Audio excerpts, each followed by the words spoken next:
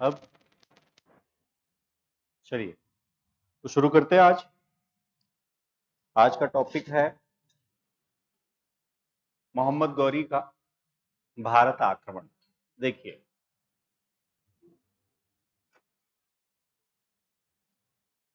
मोहम्मद गौरी जिसका time period 1173 से 1206 है, 1173 से 1206 है।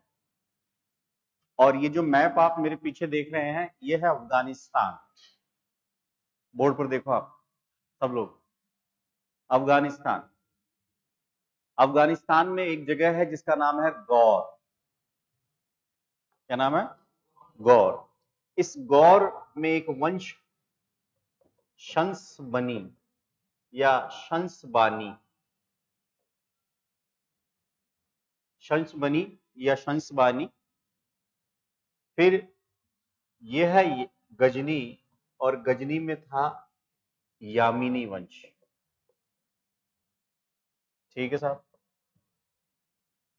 ये जगह है, इसका नाम है हेरात। तो गौर जो है, इस गौर प्रदेश का एक व्यक्ति है जिसका नाम है मोहम्मद गौरी। और मोहम्मद गौरी का टाइम पीरियड है 1173 से 1206। 1206 में सिंधु नदी के किनारे दमियक नामक स्थान पर एक शिविर लगाता है। मार्च का महीना होता है और उस मार्च के महीने में शिविर में अचानक से कुछ लोग प्रवेश कर जाते हैं और उसकी और गौरी की हत्या कर देते हैं।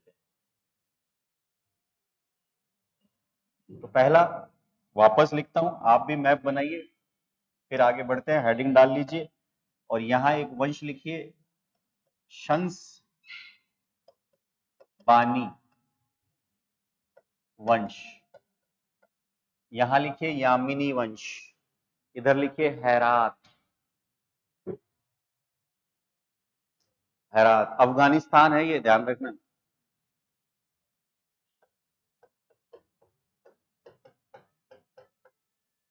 अफगानिस्तान है। ऑनलाइन वालों आप भी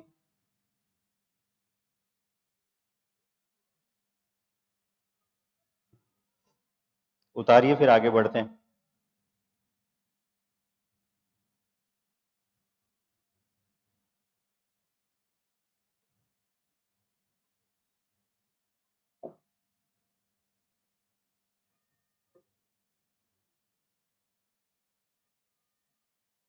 एक सबको एक और सूचना देना चाहता हूं कि हमारे यहाँ एक योजना चलती है जिसे कहते हैं अनुप्रति योजना। हमारे एसएमएस इंस्टीट्यूट में अनुप्रति योजना का लाभ विद्यार्थियों को मिलता है, जिसके तहत सरकार के द्वारा आपकी फीस दी जाती है, जिसके तहत आप निःशुल्क अध्यापन कर सकते हैं। तो जो विद्यार्थी अनुप्रति योजना की पात्रता रखते हैं वो हमारे नीचे कार्यालय में संपर्क बना सकते हैं। ठीक। तो गौरी की बात चल रही है। मोहम्मद गौरी शंसबनी वंश का था और महमूद गजनवी यामिनी वंश का था। गौरी का एक बड़ा भाई था जिसका नाम था गयासुद्दीन। ऑनलाइन वालों आप भी, आज चार्ट सिस्टम रहेगा, चार्ट बनाइए, फिर आगे बढ़ते हैं। ये मैप है अफगानिस्तान। अफगानिस्तान के पूर्व में है भारत। हालांकि अभी पाकिस्तान है, लेकिन हम जहां का इतिहास पढ़ रहे हैं उस समय पाकिस्तान नहीं था। ठीक। अफगानिस्तान के पश्चिम में है ईरान, और ईरान का पूर्वी भाग याद रखना।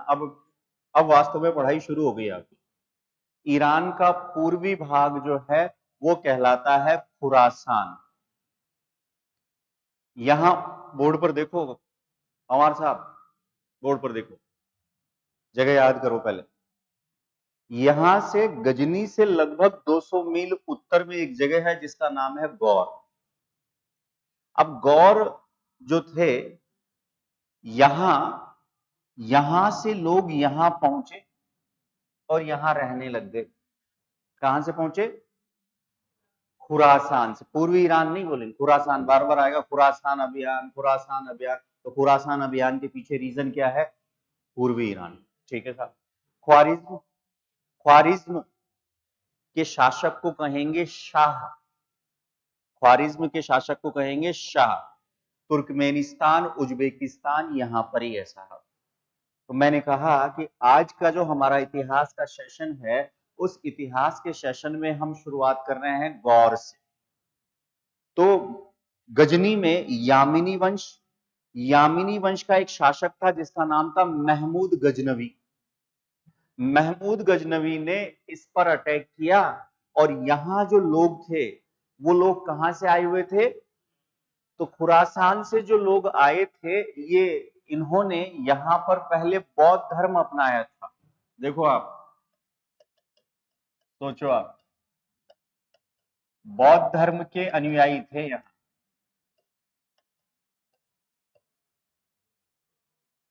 तो बौद्ध धर्म कहां हुआ? हिंदुस्तान में। कूची और खोतान आपको पढ़ाऊंगा मैं कि भारत के बाहर भारतीय संस्कृति का विस्तार कैसे हुआ।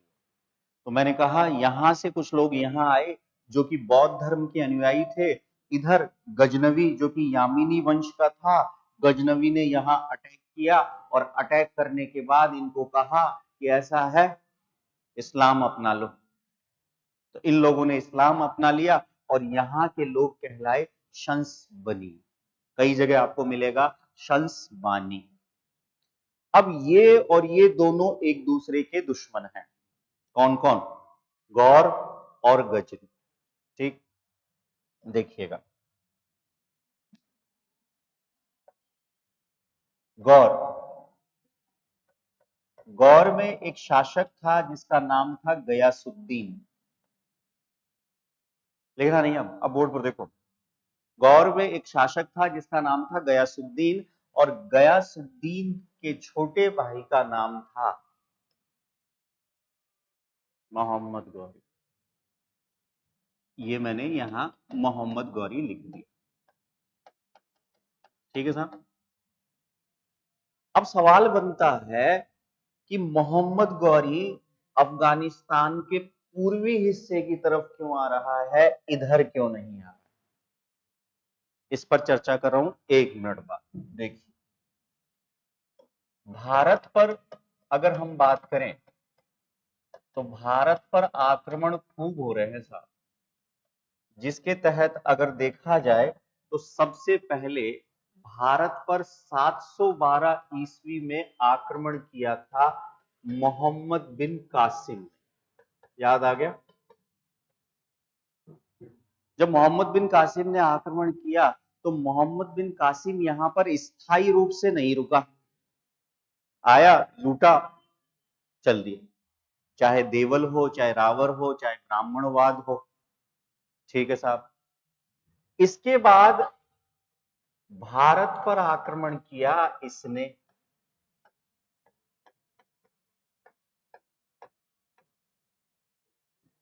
महमूद गजनवी ने। महमूद गजनवी भी आया, लूटा और चला गया, लेकिन महमूद गजनवी की भारत में, महमूद गजनवी की भारत में स्थायी विजय, याद रखिएगा, भारत में स्थायी विजय जो है वो है ये स्थान, पंजाब। महमूद गजनवी किस वंश से था? यामिनी वंश। क्लियर है? तो मैं यहां पर यामिनी और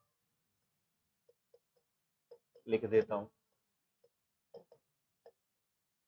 पंजाब में जब अच्छा, अगला आक्रमण है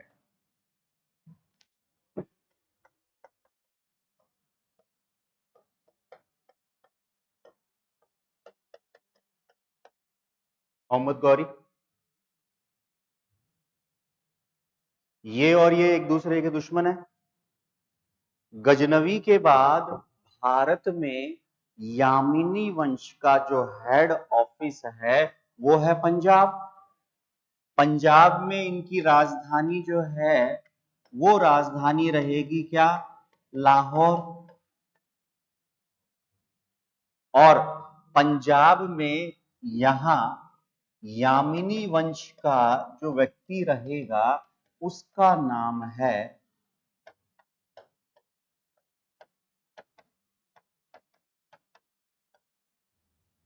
खुसरो मलिक।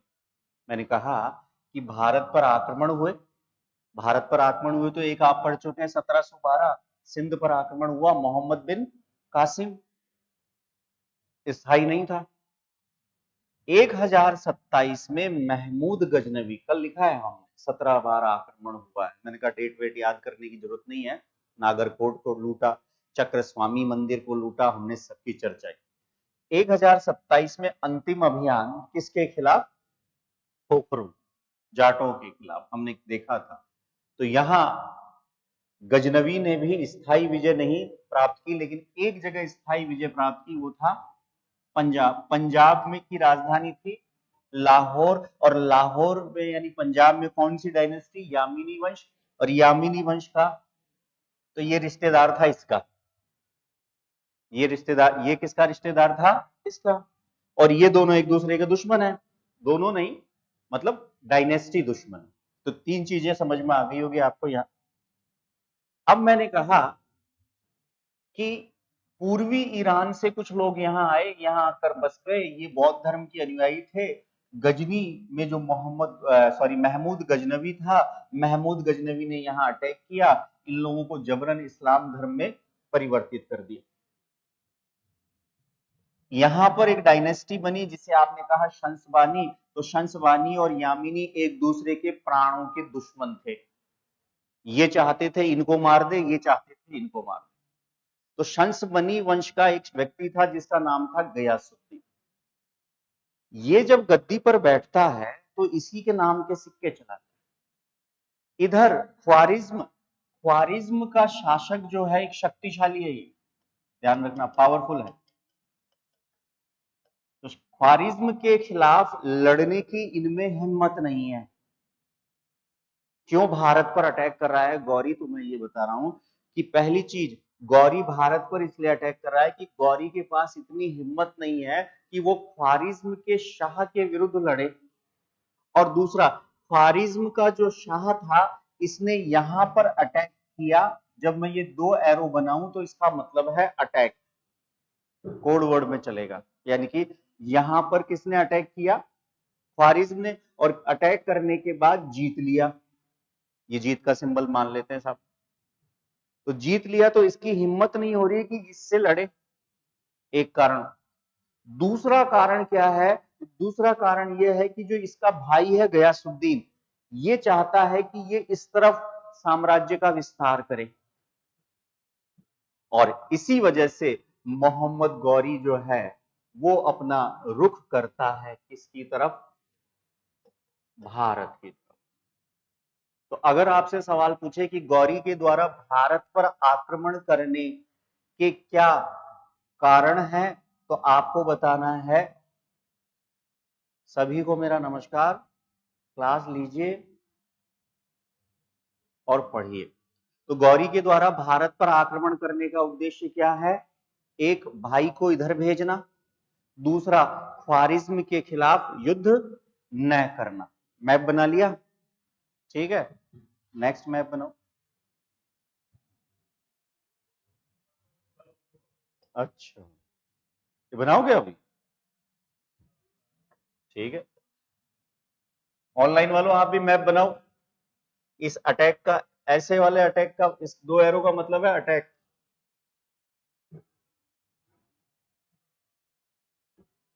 बढ़िया बनाना, कॉपी में आके देखूंगा। अब सारी चीजें आपको मैप के माध्यम से मिलेगी, और पूरी संभावना है कि आज शाम को मैं ऑनलाइन भी रहूंगा। टाइम मिले तो आराम से देखना चार्ट। ये कहाँ का नक्शा है? ये अफगानिस्तान का। चलोगे कभी? क्या बात कर रहे हो, नहीं चलना चाहते साथ? नमस्कार, गुड आफ्टरनून सबको, नमस्कार। अजी मैं आपको नहीं कर रहा हूँ, यहाँ वालों को नमस्कार कर रहा हूँ। आप मतलब आप लोगों को नमस्कार।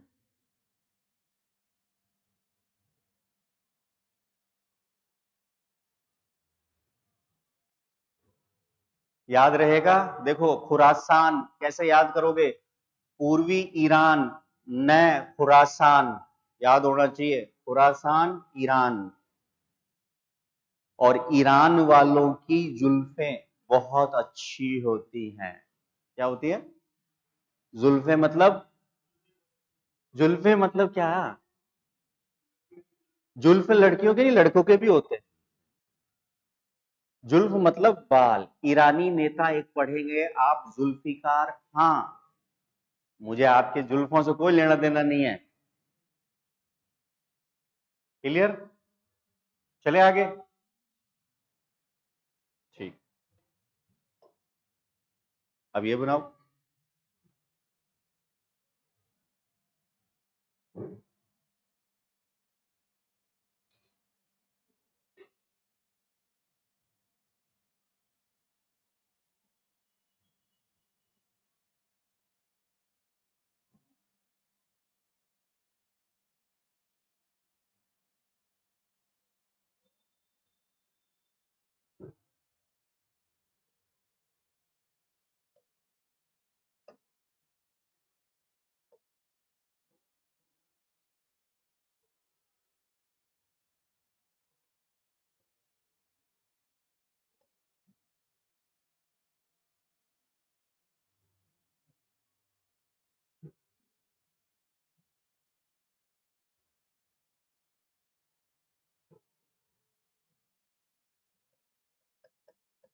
भारत में मुस्लिम सत्ता की स्थापना का श्रेय, मुस्लिम सत्ता की स्थापना का श्रेय शिहाबुद्दीन,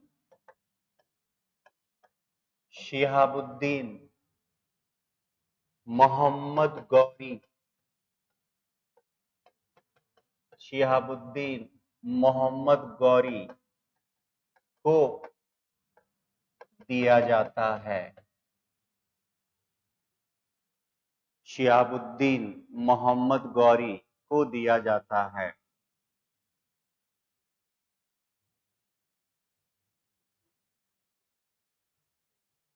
शिहाबुद्दीन मोहम्मद गौरी को दिया जाता है। हाँ हाँ, हेयर सही कह रहे हैं आप, हेयर यानी बाल। फीस क्या है?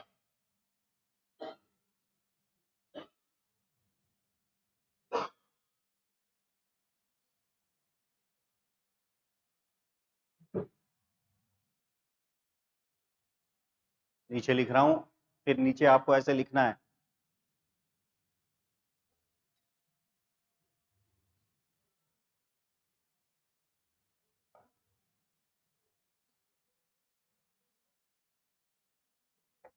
एक सेकंड,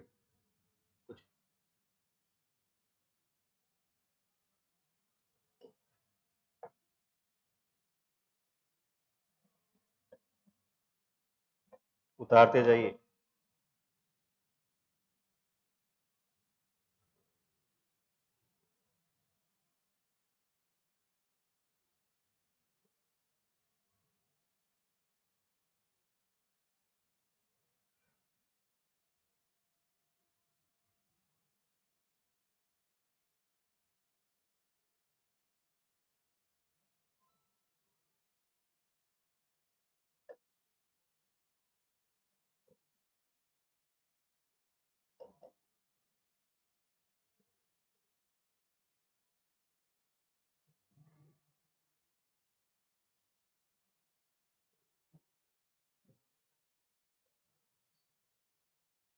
दोनों एक साथ ही देखो आप। यहां लिखना है पूर्वी ईरान, ब्रैकेट में लिखिएगा खुरासान।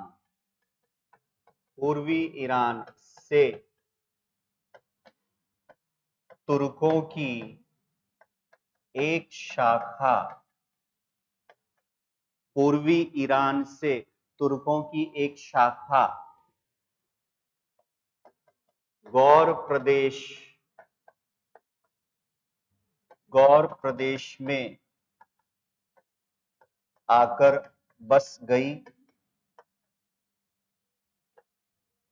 और यहाँ शंसबानी वंश की स्थापना हुई।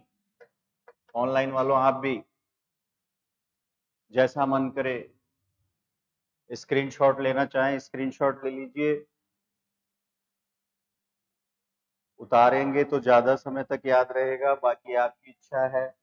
सुनना भी चाहें तो सुनते भी रहिए।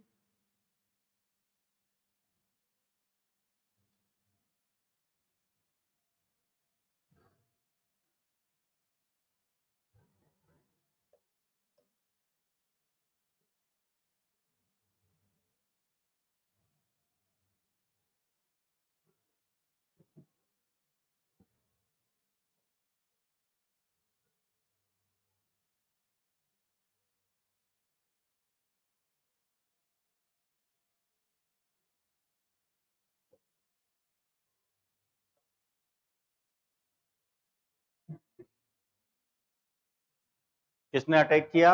महमूद गजनवी ने। कहा अटैक किया? गौर। गौर में कौन सी डायनेस्टी थी? शंसबनी। भारत में मुस्लिम सत्ता की स्थापना का श्रेय शिहाबुद्दीन मोहम्मद गौरी को दिया जाता है। फिर पूर्वी ईरान यानी खुरासान से तुर्कों की एक शाखा गौर प्रदेश मतलब अफगानिस्तान,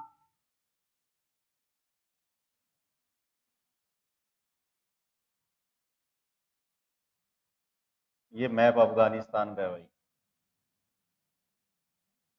अफगानिस्तान में आकर बस गई और यहाँ शंसबनी या शंसबानी वंश की स्थापना हुई।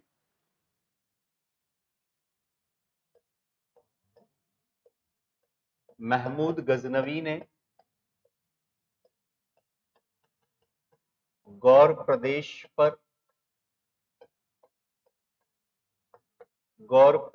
पर आक्रमण करके यहाँ के लोगों का धर्म परिवर्तन अर्थात इस्लाम कराया।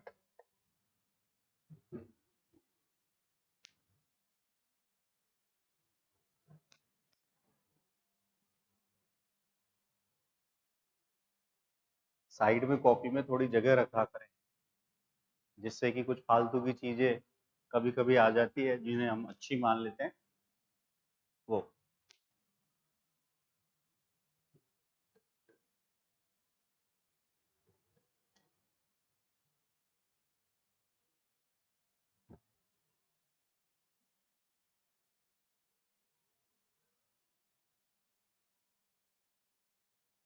फीस क्या है? फीस ऑनलाइन है 6,999 रुपए। आज थोड़ा बिजी हूँ, बाद में क्लास, जैसा आपको उचित लगे। चले आगे।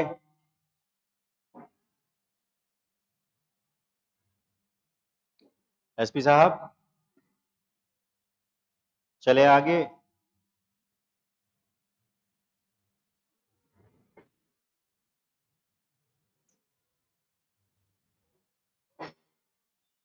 यहां तक कुछ याद ना हुआ हो तो बताओ, अगर याद हो गया हो तो बताओ। याद हो गया? कहाँ है हम? अफगानिस्तान। अब अफगानिस्तान से हमारे देश में आने वाले हैं।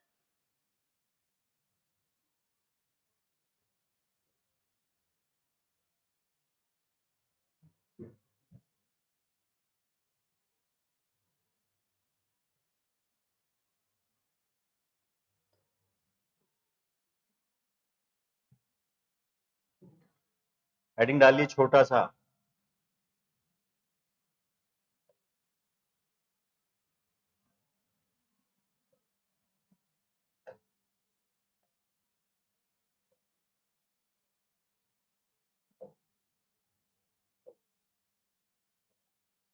मोहम्मद गौरी, पूरा नाम क्या है? शिहाबुद्दीन मोहम्मद गौरी।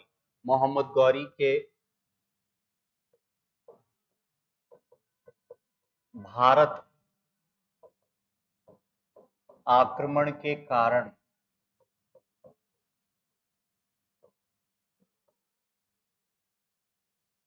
नंबर 1,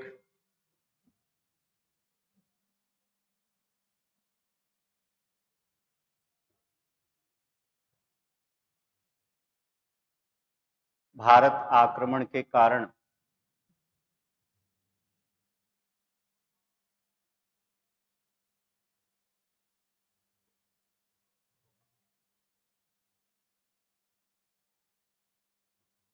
देखो साहब, भारत आक्रमण का पहला कारण बोर्ड पर देखिए, पहला कारण ये था कि ख्वारिज्म का जो शासक था, ख्वारिज्म का जो शाह था, उसने खुरासान पर अधिकार कर लिया और ये शक्तिशाली था, इसलिए अफगानिस्तान के उत्तर पश्चिम, इसको कहते हैं उत्तर, इसको कहते हैं दक्षिण, इसको कहते हैं पूर्व और इसको कहते हैं पश्चिम, इसलिए अफगानिस्तान के उत्तर पश्चिम क्षेत्र पर ये विस्तार नहीं कर सकते थे।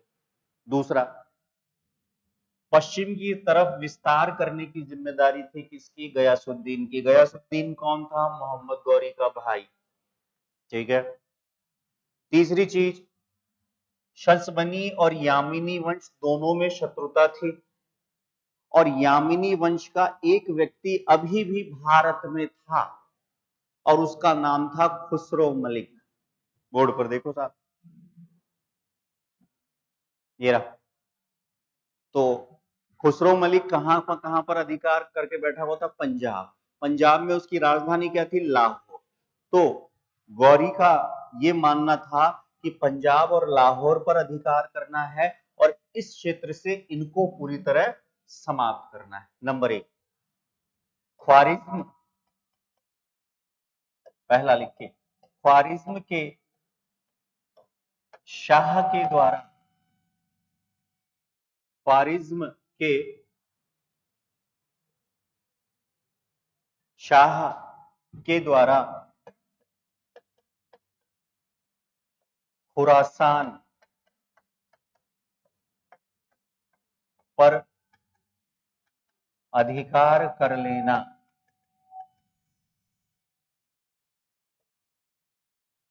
खुरासान पर अधिकार कर लेना। नंबर 2,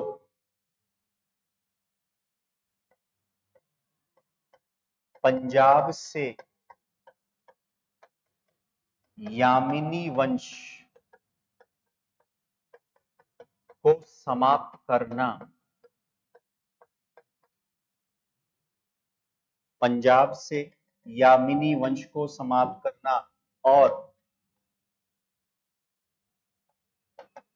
पंजाब, लाहौर और पंजाब, लाहौर व मुल्तान पर अपना नियंत्रण स्थापित करना,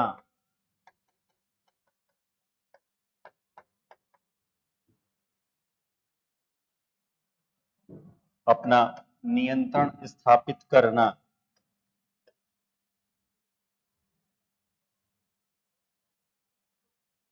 एंड लास्ट, भारत से धन संपदा, भारत से धन संपदा प्राप्त करना। 3 रीजन ऑनलाइन वालों आप भी देख लीजिए। ख्वारिज्म के शाह के द्वारा खुरासान पर अधिकार कर लेना, खुरासान मतलब पूर्वी ईरान, यानी इस तरफ जा नहीं सकते थे। दूसरा, पंजाब से यामिनी वंश की सत्ता को समाप्त करना।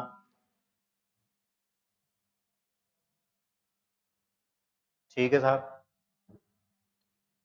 अब एक पूरा पेज लेंगे सब लोग और पूरा पेज लेकर इंडिया का मैप बनाएंगे। ठीक है, मैं भी हाथ से ही बना रहा हूं।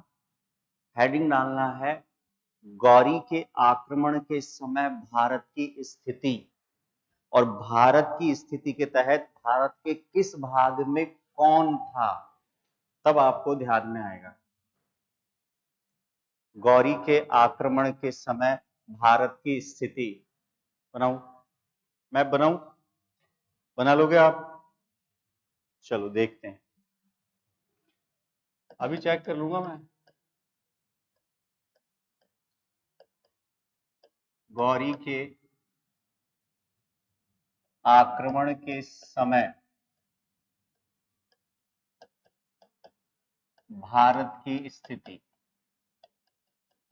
क्या स्थिति थी? बोले जो स्थिति मोहम्मद बिन कासिम के काल में थी वही स्थिति थी। बोले क्या स्थिति थी? बोले जो स्थिति गजनवी के काल में थी वही थी। बोले क्या स्थिति थी? कि भारत छोटे छोटे टुकड़ों में बटा हुआ। तो देखो साहब, इंडिया का मैप,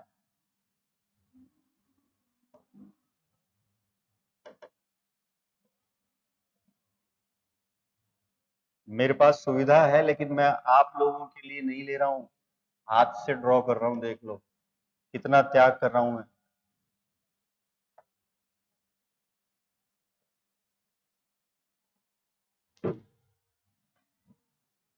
बनाओ।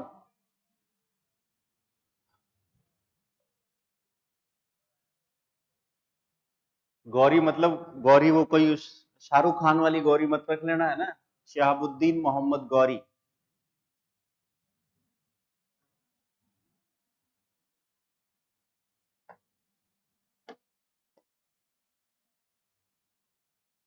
यह है सिंध।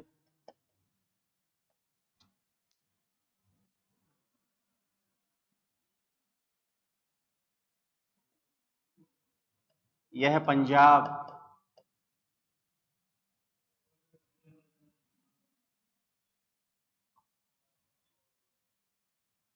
और यह है मुल्तान।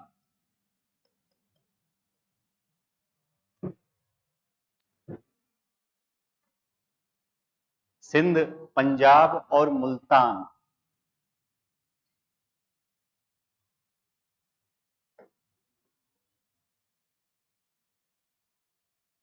सिंध, पंजाब और मुल्तान।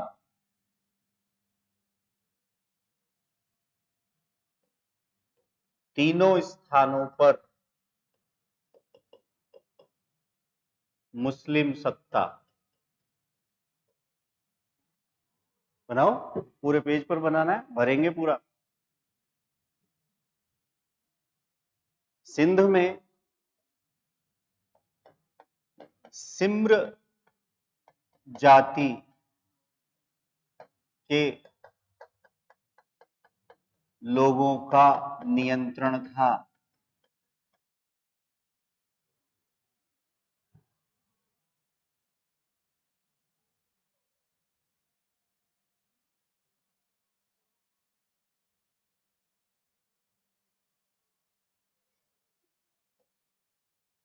पंजाब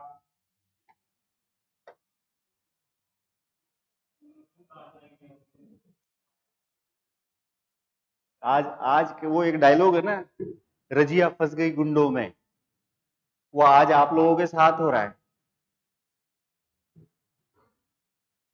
बनाओ, देखे कैसे बनाते हो, मैं भी आ रहा हूँ देखने। हाँ हाँ ठीक है। वो एसपी साहब हैं, देखो मैंने आपकी वजह से है ना बना बनाया मैप नहीं लिया, इतनी बड़ी कुर्बानी दी है। देखो आप, पंजाब में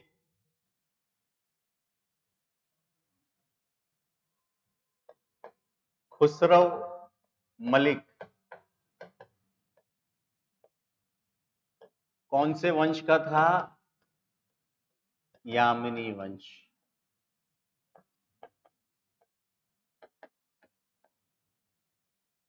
यामिनी वंश। और इसकी राजधानी थी लाहौर।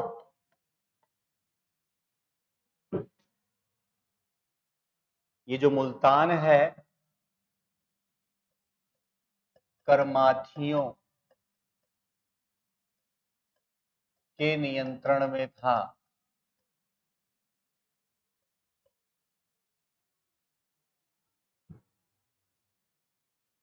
तीन मुस्लिम हैं, कौन कौन से? सिंध, पंजाब और अरे बोलो तो सही। सिंध, पंजाब और मुल्तान।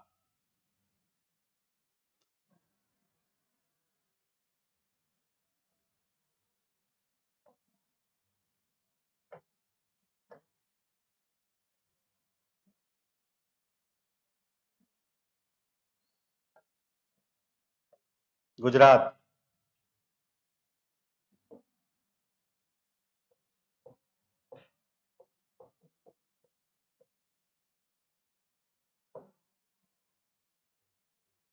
बनाते जाइए।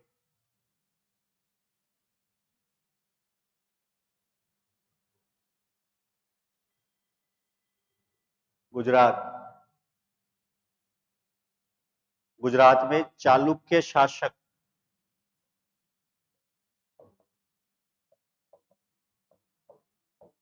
गुजरात में था चालुक्य शासक, राजा का नाम था मूलराज द्वितीय। इसकी राजधानी थी अनिहिलवाड़।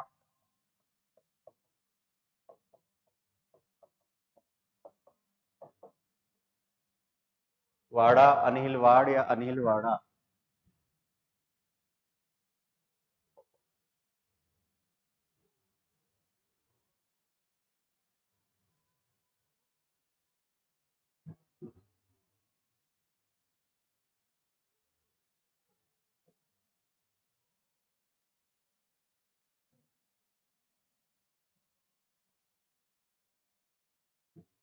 बंगाल।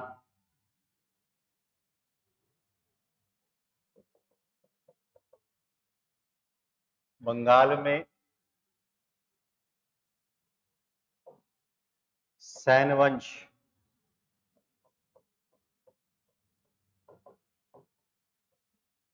सैन वंश का शासक था लक्ष्मण सेन।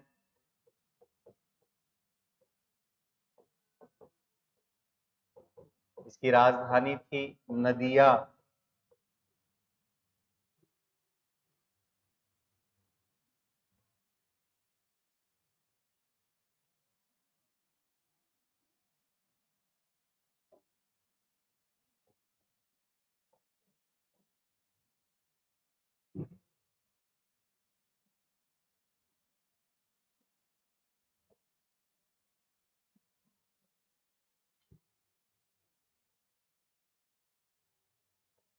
दिल्ली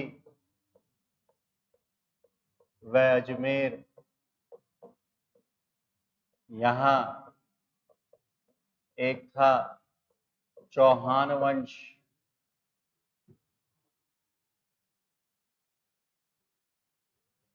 चौहान वंश का शासक था राय पिथोरा, या कहें दल पुंगल। सभी को नमस्कार, गुड आफ्टरनून। चार्ट बनाइए ऑनलाइन वालों, फटाफट से।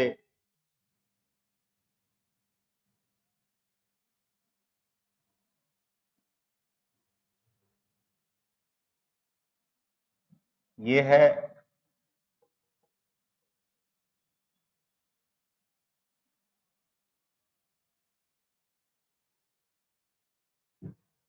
जेजाक भुक्ति।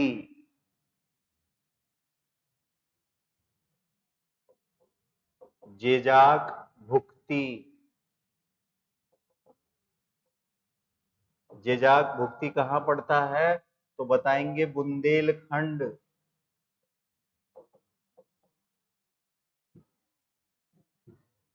यहां चंदेल वंश का शासन था।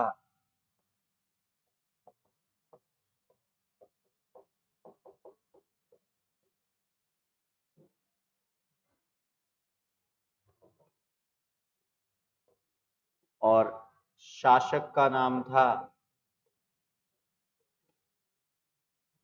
शासक का नाम था परमार्दी देव।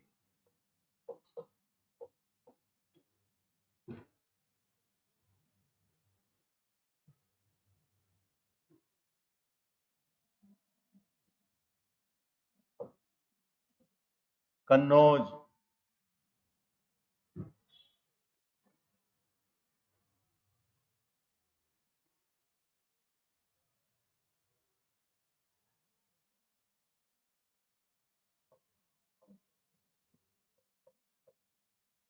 कन्नौज।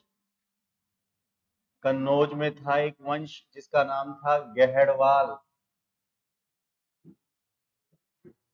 कलर चेंज कर दिए हैं जिससे कि कंफ्यूजन ना हो। गहड़वाल वंश का राजा था। हैं? क्या नाम था राजा का? जयचंद। संयोगिता के पापा थे ये। संयोगिता के पापा। अरे संयोगिता को नहीं जानते आप? हाँ वही तो। नमस्कार। ओमी मीणा सर, हमारी तो सुन लो। बिल्कुल बोलिए प्रभु, आप लोगों की सुनने के लिए आया हूँ। अमित सिंह जी नमस्कार। सर जी आप बहुत बारीक लिख रहे हो, दिखाई नहीं दे रहा है। देखो मैं बोल रहा हूँ। ओमी जी मैं बोल के लिखवा रहा हूँ, ज्यादा नहीं लिखूंगा। बस इतना छोटा ही तो लिखा है, चार्ट बनाया है बस। कलचुरी एक और लिखूंगा बस। कलचुरी में एक शासक था जिसका नाम था कर्ण। ऐसे ही रहने दो आप। देखिए दोबारा बोलता हूं, उतार लिया। मैटर जब ज्यादा होगा ओमी जी तो थोड़ा सा बारीक लिखूंगा। हालांकि आपकी सुविधा के लिए आपको मैं बता दूं कि हम तकलीफ नहीं देंगे और आपको यहां से स्कैन करवा देंगे, है ना। स्कैन कर लेना इसको, इसमें मिल जाएगा आपको पूरा। हाँ भाई हटा रहा हूँ चार्ट। अरे रुका हुआ हूं मैं, कहीं जा ही नहीं रहा। लो तो।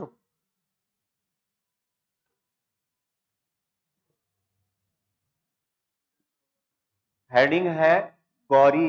गौरी का मतलब शिहाबुद्दीन मोहम्मद गौरी।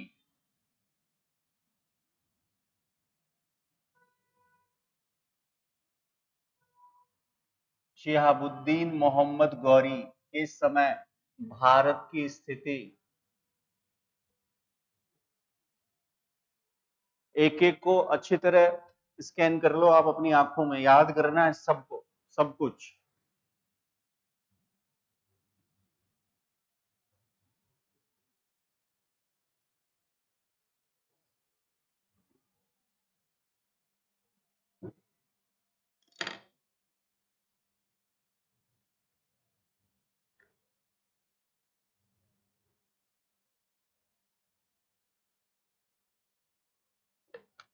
ऑनलाइन वालों फटाफट से याद करो, आप आगे बढ़ते हैं।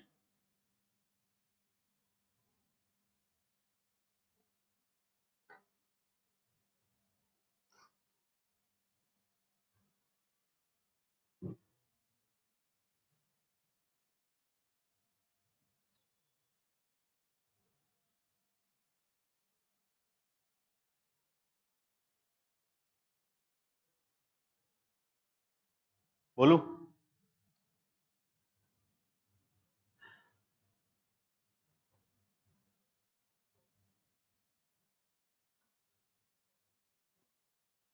गौरी के आक्रमण के समय भारत की स्थिति। मन तो ऐसा कर रहा होगा एक एक प्रिंट निकाल के आपको दे दो, बोले ऐसा लिखने की कहाँ जरूरत। मन तो ऐसा ही कर रहा होगा, बोले सर डायरेक्ट पोस्टिंग ही दे दो फर्स्ट ग्रेड की। बोले सर और भी दूसरा मन कर रहा है, डायरेक्ट सैलरी डलवा दो खाते में हर महीने। मन तो क्या है, मन तो कुछ भी कर सकता था। स्टॉप।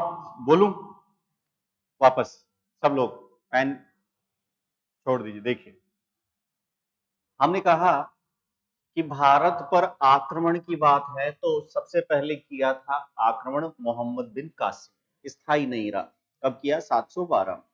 फिर 1027 में महमूद गजनवी, और महमूद गजनवी जो है पंजाब पर स्थायी नियंत्रण कर लेता है। और गौरी के समय यहां यामिनी वंश का एक व्यक्ति मिलेगा जिसका नाम है खुसरौ मलिक। इधर भारत में मुस्लिम सत्ता की स्थापना करने का श्रेय शिहाबुद्दीन गौरी को दिया जाता है। गजनवी ने क्या किया था?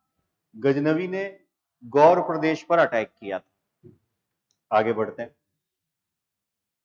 कारण 2-3 बार बता चुका हूं, ख्वारिज्म के द्वारा ईरान पर यानी पूर्वी ईरान पर अधिकार, और पंजाब में जो यामिनी वंश है उसको समाप्त करना। अब कह रहा है ये चार्ट कि साहब जब गौरी ने भारत पर आक्रमण किया, जब गौरी ने भारत पर आक्रमण किया तो उस समय भारत राजनीतिक रूप से विखंडन में था। भारत छोटे छोटे टुकड़ों में बटा हुआ था, और छोटे छोटे टुकड़ों की अगर देखें तो कन्नौज में गहड़वाल वंश के राजा थे जयचंद। जयचंद और इनकी दुश्मनी थी कि साहब वो संयोगिता से शादी नहीं, संयोगिता का कोई स्वयंवर था, फिर पुतला बना दिया और पुतला फिर उनके गले में डाल दिया संयोगिता ने, ऐसा कुछ था। तो फिर पता नहीं पृथ्वीराज चौहान को कैसे पता चल गया और वो आ जाते हैं और संयोगिता को लेकर चले जाते हैं, ऐसा कुछ स्टोरी चंद्रवरदाई जिसके द्वारा लिखी गई थी पृथ्वीराज रासो। Raso, what is Raso? जब किसी व्यक्ति या वंश की उपलब्धियों का वर्णन महाकाव्य के रूप में किया जाएगा तो उसे कहेंगे रासो। सेकंड, ये दोनों आपस में एक दूसरे को मारने को तैयार। ये, अरे इधर देखो आप, ये बंगाल में लक्ष्मण सेन के खिलाफ पहुंचेगा, बख्तियार खिलजी, बख्तियार खिलजी, और लक्ष्मण सेन को इनके ज्योतिष भविष्यवाणी कर देंगे कि साहब देखो कोई संकट आने वाला है। जैसे ये चार्ट है ना, संकट, बोले संकट आने वाला है तो बोले क्या करे? बोले यज्ञ करो। तो बख्तियार खिलजी साहब तो सेना लेकर आ रहे हैं और हमारे लक्ष्मण सेन साहब यज्ञ कर रहे हैं। तो क्या होगा वो कहानी भी आज आपको पता चलेगी। फिर चंदेल वंशीय शासक, चंदेल वंशीय शासकों ने ही खजुराहों के मंदिरों का निर्माण कराया है। ध्यान रखिएगा, खजुराहों के मंदिरों का निर्माण चंदेल वंशीय शासकों के द्वारा कराया गया। गुजरात, गुजरात में चालुक्य शासक मूलराज सेकंड, मूलराज सेकंड का एक भाई आएगा, मूलराज सेकंड की एक मम्मी आएगी। मम्मी और भाई अटैक का सामना करेंगे इसके, और अटैक जब करेगा तो ये गौरी हार जाएगा। हार जाएगा तो गौरी को इंडिया से वापस एक बार जाना पड़ेगा। आपसे सवाल पूछा जाएगा कि भारत में गौरी की प्रथम पराजय कहाँ हुई? गुजरात में। कहाँ हुई है? गुजरात। अभी मैं आगे लिखते भी जाएंगे, हम बात करेंगे। फिर 3 याद रखो, 3 ऐसे हैं जहां पर मुस्लिम सत्ता थी। 3 कौन कौन से? सिंध, ऐसे ही चलते जाओ, सिंध, पंजाब और मुल्तान। मुल्तान में करमाथियों के द्वारा शासन चलाया जाता था, यानी कि आप ये कह सकते हैं कि एक कबीला था, यायावर जीवन जीते थे, कबीले में एक सरदार टाइप होता था, इस तरीके से। सिंध में सिम्र जाति के लोगों, तो सैसे सिंध, सिम्र। इधर पंजाब, पंजाब में मैंने बताया आपको कौन? यामिनी वंश, और यामिनी वंश का शासक खुसरो मलिक। खुसरो मलिक पर अटैक करेगा तो ये कहेगा आओ मालिक बैठो, गौरी को कहेगा मालिक बैठो, तो गौरी कहेगा तो कौन? बोले मैं खुसरो मलिक। अच्छा, हमारा जानी दुश्मन, हमारे जानी दुश्मन का तू वंशज है, तेरे को तो हम है ना टुकड़े कर करके मारेंगे। तो इसने कहा मारो मत। बोले क्या चाहते? बोले मेरा एक बेटा है, उसको एज ए जमानती के रूप में ले लो। बोले क्या करेंगे इसका? बोले ले लो आप, और कुछ पैसे वैसे चाहिए तो ले लो। इधर गौरी क्या करेगा? गौरी तो इसको मारना चाहता है, उसका फाइनल डिसीजन था। गौरी के अंदर एक ये दिमाग तो था कि उसको आदमी सेलेक्ट करना आता था। देखो, ताजुद्दीन यल्दोज, नासरुद्दीन कुबाजा, कुतुबुद्दीन ऐबक, खारबेक, इलाहा, ऐसे सेनापति थे उसके पास, तो उसको आदमियों का सिलेक्शन करना आता था। दूसरा, गौरी जो है संघर्ष में ही रहा। देखो 1173 से 1206 लिखा है ना, तो 1275 से लेकर 1175 से लेकर 75 से लेकर 1205, 1205 तक लड़ता ही रहेगा। और 1205 में लड़ेगा कहां? 1205 में लड़ेगा यहां। अंधखुर्द का एक युद्ध लड़ा जाएगा और उस अंधखुर्द के युद्ध में गौरी हार जाएगा। गौरी की बहुत ज्यादा किरकिरी होगी, तो लड़ता रहेगा। तो इसलिए गौरी के सांस्कृतिक उपलब्धियों के बारे में जानकारी कम मिलती है। ध्यान रखना, सांस्कृतिक उपलब्धियों के बारे में जानकारी कम क्यों मिल रही है? क्योंकि पूरा जीवन संघर्ष में ही चलेगा। नीचे पैराग्राफ में लिखिएगा, गौरी के आक्रमण के समय भारत में, हाँ नीचे नीचे, गौरी के आक्रमण के समय भारत में राजनीतिक विखंडन की स्थिति थी। गौरी के आक्रमण के समय भारत में राजनीतिक विखंडन की स्थिति थी।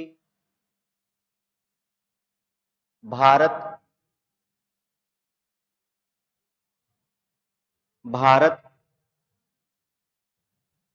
छोटे छोटे क्षेत्रों में बटा हुआ था। भारत छोटे छोटे क्षेत्रों में बटा हुआ था।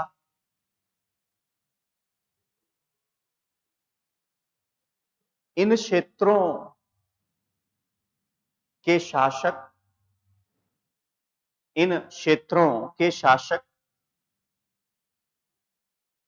एक दूसरे के खिलाफ ही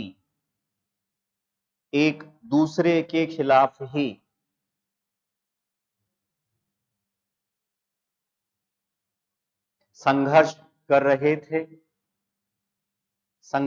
रहे थे। अतः गौरी ने इस स्थिति का लाभ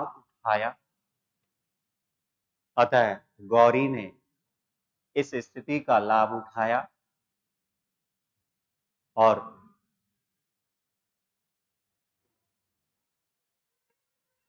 भारत पर राजनीतिक नियंत्रण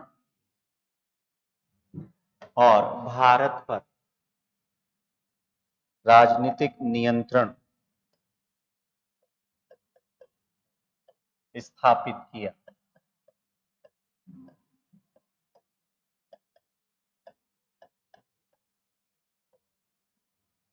हेडिंग डाल लीजिए, गौरी का प्रथम आक्रमण।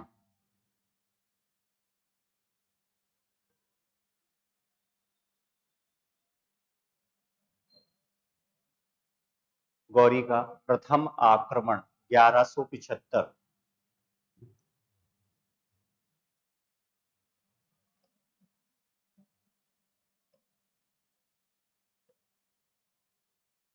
देखो साहब,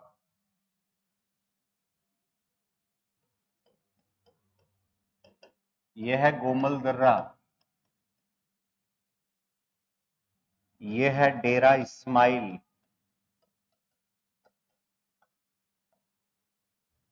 और यह है सिंध।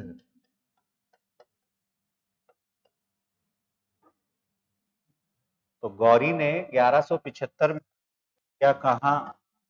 मुल्तान व सिंध पर। किस रास्ते से आया? सवाल ये बनता है। तो पहले कौन सा दर्रा है? गोमल दर्रा। गोमल दर्रे से डेरा इस्माइल और डेरा इस्माइल से सिंध। बोले साहब, इससे पहले के आक्रमणकारी भी इसी रास्ते से आए थे? सही जवाब। इससे मैंने बताया था 2 रास्तों से आए थे साहब, एक स्थल मार्ग और एक जल मार्ग। पुराना याद रहेगा, आसानी से हम आगे बढ़ते जाएंगे। तो किस रास्ते से आया? गोमल दर्रा, डेरा इस्माइल और सिंध। किस पर? और मुल्तान और सिंध मैंने बताया, एक जगह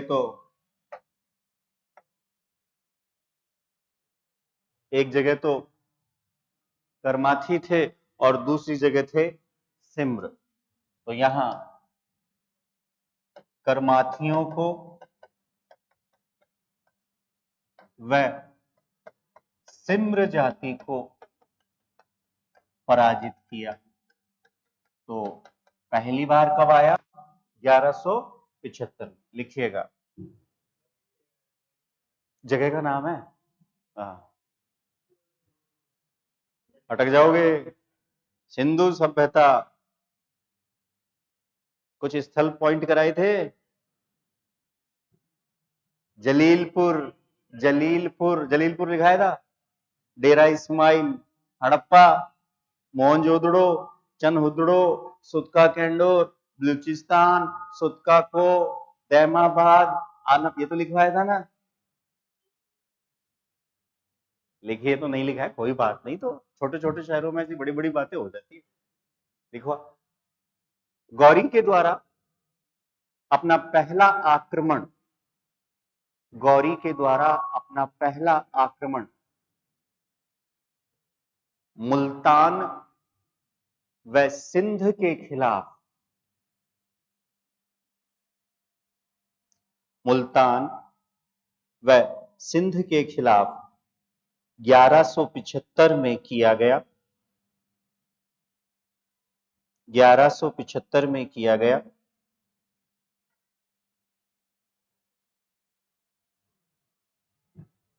यहां आसानी से गौरी की विजय हो गई, यहां आसानी से गौरी की विजय हो गई।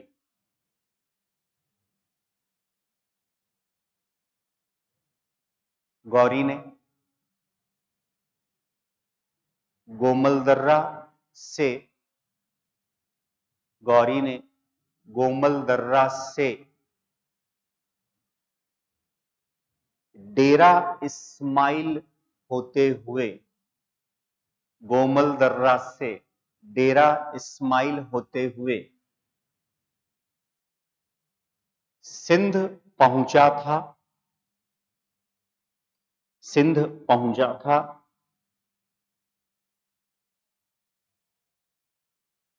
सिंध पहुंचा था। गौरी से पहले आने वाले, गौरी से पहले आने वाले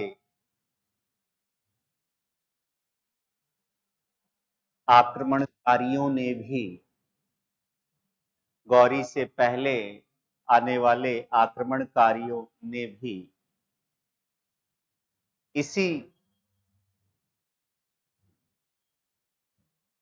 इसी मार्ग का अनुसरण किया था, इसी मार्ग का अनुसरण किया था। ठीक है, आराम से, आराम से बैठिए, बोर्ड पर देखिए।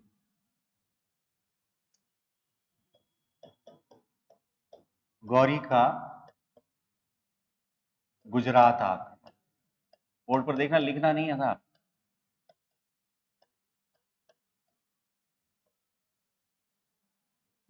ग्यारह सौ 79, ये गुजरात राजधानी नाहरवाला, राजधानी पाटन, या राजधानी कहें अनहिलवाड़, ये नहीं देगा कभी भी।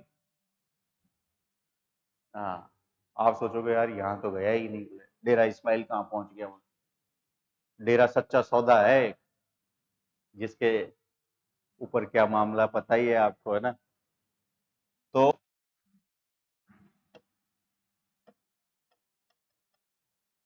गुजरात का शासक कौन था?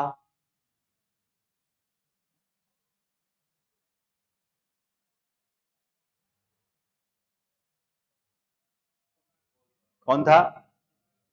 मूलराज सेकंड, ये याद करना पड़ेगा, मैं बार बार याद नहीं कराऊंगा।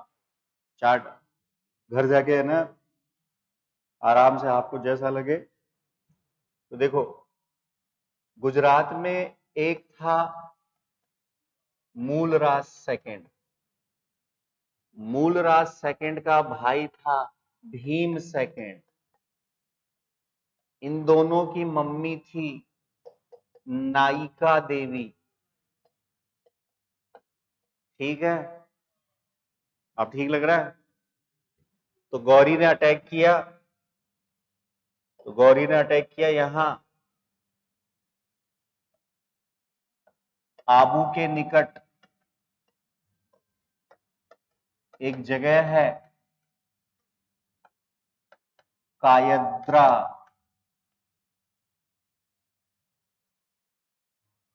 मैंने कहा गौरी का गुजरात आक्रमण 78-79, जगह राजधानी नाहरवाला, पाटन या अनिलवाड़, गुजरात। मूलराज सेकंड चार्ट में भी हम देख चुके हैं। इनका एक भाई था जिनका नाम था भीम सेकंड, मम्मी। तो यहां गौरी ने क्या किया, हमको हल्के में ले लिया गुजरातियों को, तो सोचा कि हरा देंगे। तो कायद्रा नामक स्थान पर इन्होंने मिलकर गौरी को कहा गो बैक टू पवेलियन, और गौरी यहां बुरी तरह पराजित हुआ और भारत में गौरी की यह पहली पराजय थी। पहला अटैक कौन से रास्ते से आया? सिंध कहां पहुंचा, कौन से दर्रे से?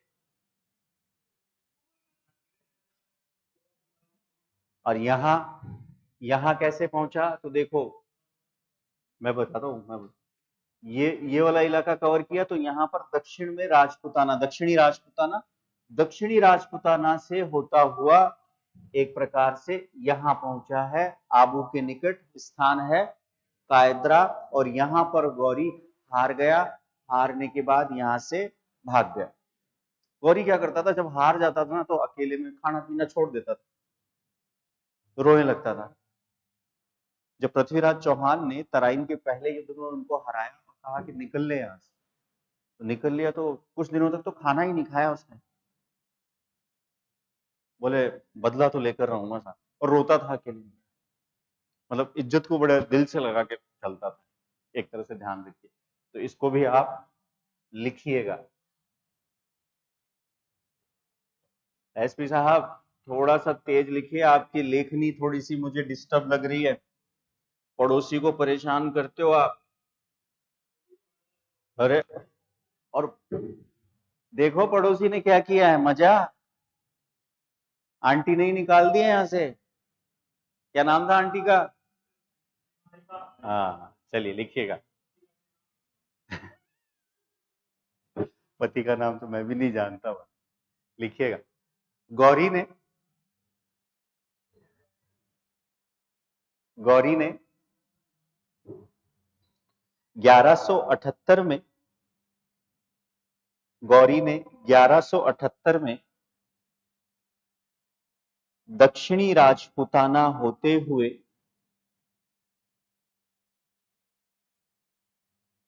दक्षिणी राजपुताना होते हुए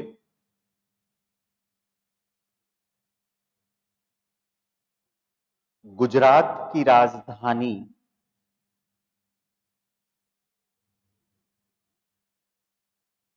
गुजरात की राजधानी नाहरवाला, गुजरात की राजधानी नाहरवाला, पाटन, अनिहिलवाड़, नाहरवाला, पाटन, अनिहिलवाड़ पर पर आक्रमण करने का निर्णय लिया, पर आक्रमण करने का निर्णय लिया।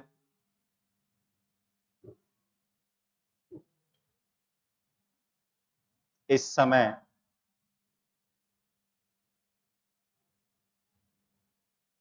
गुजरात का शासक, इस समय गुजरात का शासक मूलराज सेकंड था।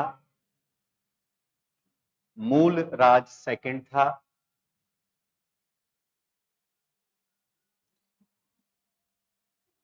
मूलराज सेकंड की माता नायिका देवी, मूलराज सेकंड की माता नायिका देवी व मूलराज सेकंड के भाई, मूलराज सेकंड के भाई भीमद्वितीय ने के भाई भीमद्वितीय ने आबू के निकट, आबू के निकट कायद्रा नामक स्थान पर, आबू के निकट कायद्रा नामक स्थान पर गौरी को पराजित किया, गौरी को पराजित किया।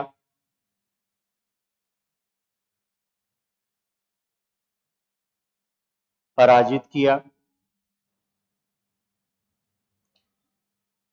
गौरी की भारत में यह पहली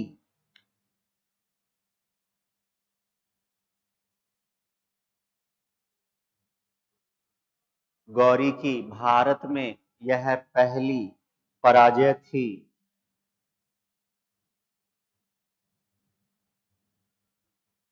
पहली पराजय थी।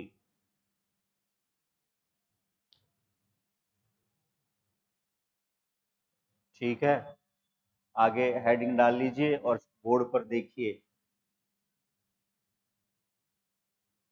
पेशावर पर आक्रमण, हेडिंग डाल लीजिए पेशावर पर आक्रमण और बोर्ड पर देखिए।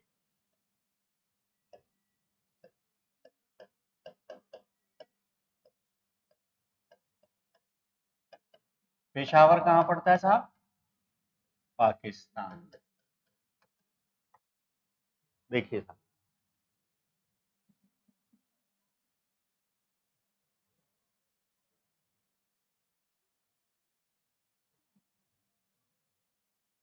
पेशावर जो था ये पंजाब के नियंत्रण में था।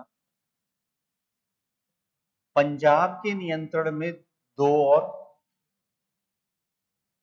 एक लाहौर जो कि राजधानी, और एक और जगह जिसे आप कहते हैं सियालकोट। देखते जाओ आप बस, खाली 5 मिनट देखना है, 5 मिनट लिखना है, 5 मिनट देखना है और 5 मिनट लिखना है, बस और कुछ नहीं। पेशावर पर आक्रमण 1179। तो पेशावर किसके कंट्रोल में था? बोले पंजाब के। पंजाब की राजधानी लाहौर और पंजाब के कंट्रोल में सियालकोट। अभी अभी हारा है। मैंने कहा रोने लग जाता था। अब रोने से कोई प्रॉब्लम सॉल्व थोड़ा ना होती है, लड़ना पड़ता है। लड़ा इसने, इसने लड़ा। तो पंजाब का शासक था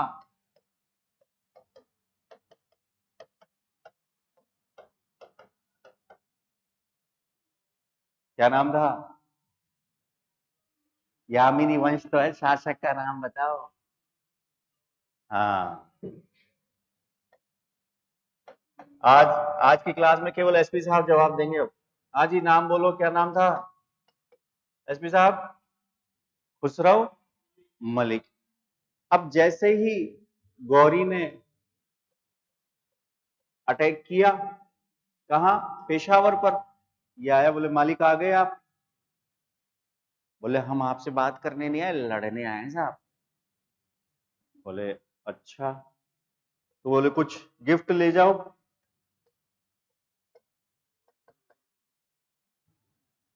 गौरी कह रहा लड़ने आया हूं, चलो मेरे बेटे को रख लो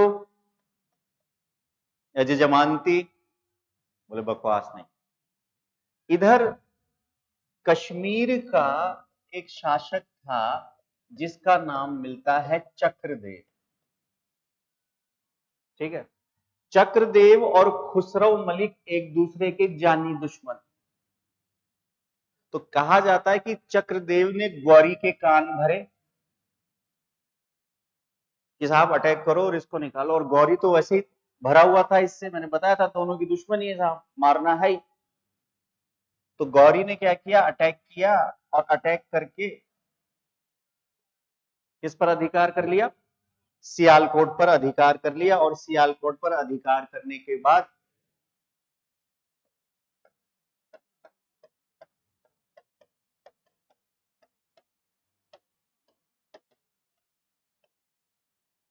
इसको कहा गौरी ने कि भैया ये जो कोर्ट है सियालकोट, ये तेरे कंट्रोल में रहेगा।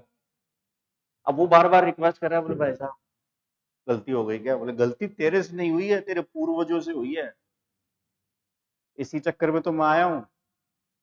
1181-82 में फिर अटैक करता है।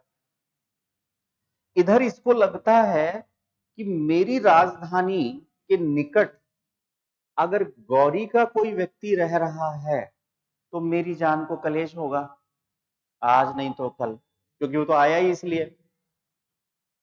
ऐसी स्थिति में इसने क्या किया कि पंजाब के क्षेत्र में एक जनजाति पाई जाती थी, उस जनजाति का नाम था खोखर। ऐसे लिख लें चाहे ऐसे लिख लें। भाई जब सियालकोट में गौरी ने अपना आदमी रख दिया, तो इसको डिस्टर्ब हुआ तो बोले साहब बड़े पापा अगर पास में रहेंगे तो कभी भी पीट सकते हैं, तो फिर सेना लाओ। तो सेना के लिए बात करी किससे, पंजाब में एक जनजाति पाई जाती थी, क्या नाम था, खोखर। इन दोनों ने डील कर ली तो फिर इसका दिमाग खराब। कभी कभी तो सोच रहा हूं कि भाई नहीं मारू नहीं मारू। लास्ट में गौरी ने इसको बोले चल उठाओ इसको, और उठा के ले गए मध्य एशिया, और आगे चलकर छोटे छोटे टुकड़े कर दिए इसके, और किस पर नियंत्रण कर लिया, पंजाब। क्लियर, वापस दे, कंफ्यूज नहीं होना, घबराना नहीं। एग्जाम में कोई प्रश्न नहीं आए तो मुझे याद करना, तुरंत आ जाएगा। पहला आक्रमण क्लियर है, ठीक है, मैप याद रहेगा गारंटी, ये भी मैं कह रहा हूं आपको। दूसरा आक्रमण, जगह याद रखनी है। एसपी साहब रात को थोड़ा जल्दी सोया करो, ठीक है। एक दिन पूछने का सेशन रखूंगा, नहीं पूछने का नहीं, मैं वहां बैठूंगा और आप यहां आएंगे, और बस एक चार्ट बनाएंगे आप।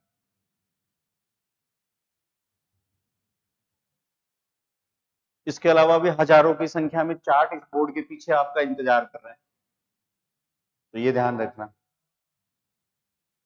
तो लिख लीजिए साहब, 1179 में गौरी के द्वारा, 1189 में गौरी के द्वारा पेशावर पर आक्रमण किया गया, पेशावर पर आक्रमण किया गया।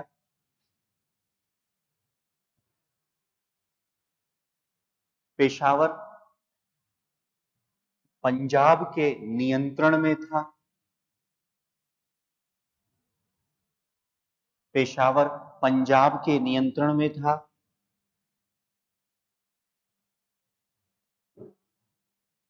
पंजाब के नियंत्रण में था। पंजाब का शासक खुसरौ मलिक था, खुसरौ मलिक था।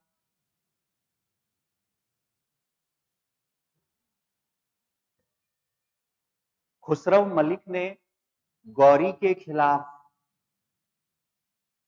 खुसरौ मलिक ने गौरी के खिलाफ पंजाब में पाई जाने वाली, पंजाब में पाई जाने वाली खोखर जनजाति के साथ खोखर जनजाति के साथ समझौता किया।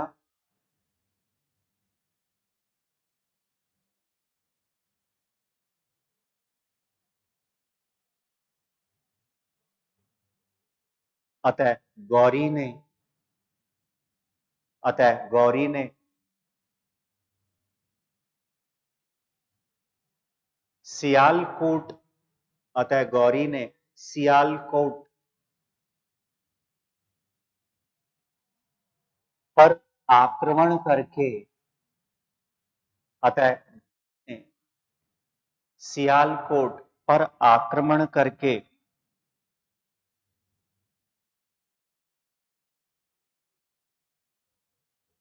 यहां का प्रमुख, अंडरलाइन करना साहब, इस तरह के छोटे सवाल बनने की संभावना है।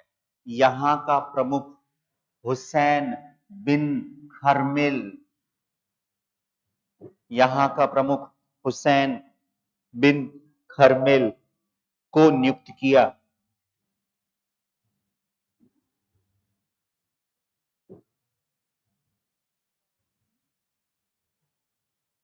ग्यारह सौ छियासी में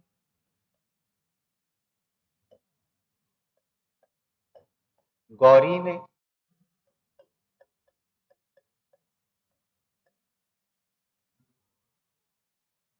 लाहौर पर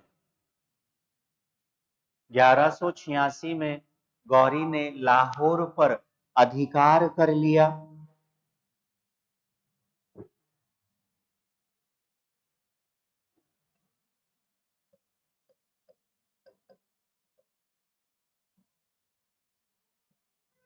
और लाहौर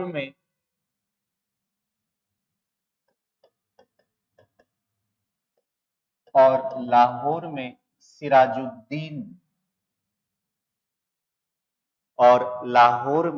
सिराजुद्दीन को न्याय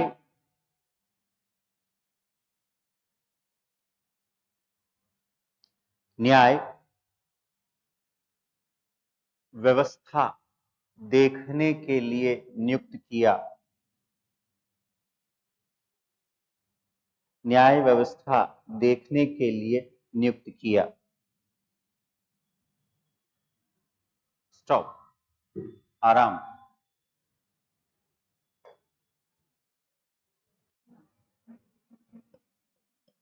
first battle of Tarain, Tarain का हेडिंग डाल लीजिए, तराइन का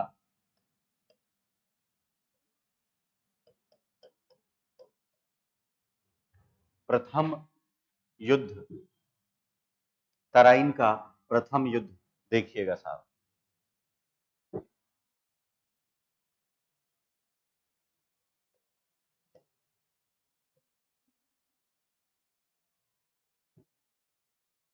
बोर्ड पर तराइन वर्तमान हरियाणा के करनाल नामक स्थान पर है। इस तराइन को तरावड़ी के नाम से भी जाना जाता है। अब आपने देखा कि ये जो 3 मुस्लिम क्षेत्र थे, इन 3 मुस्लिम क्षेत्र पर अधिकार हो गया किसका? गौरी का। और इधर आपने देखा कि दिल्ली और अजमेर में जो सत्ता संभाल रहे थे वो थे हमारे चौहान साहब, पृथ्वीराज चौहान तृतीय, दल पंगुल और राय पिथौरा के नाम से जाने जाते हैं। इनके ऊपर यहाँ चर्चा नहीं करेंगे। इनका एक मित्र था जिसका नाम था चंद्रबरदाई। चंद्रबरदाई कुछ कहेगा इनके बारे में, क्या कहेगा पहले मृत्यु हो जाने दो तब बताऊंगा। चंद्रबरदाई कहता है कि साहब पृथ्वीराज चौहान जब सेकंड बैटल ऑफ तराइन में हारे तो पृथ्वीराज चौहान को गजनी ले जाया गया।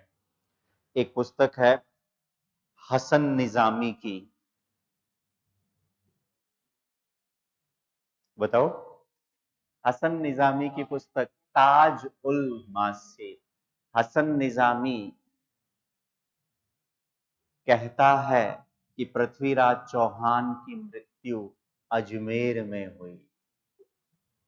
मिनहाजुस सिराज बुक का नाम बताओ। तबकाते नासरी।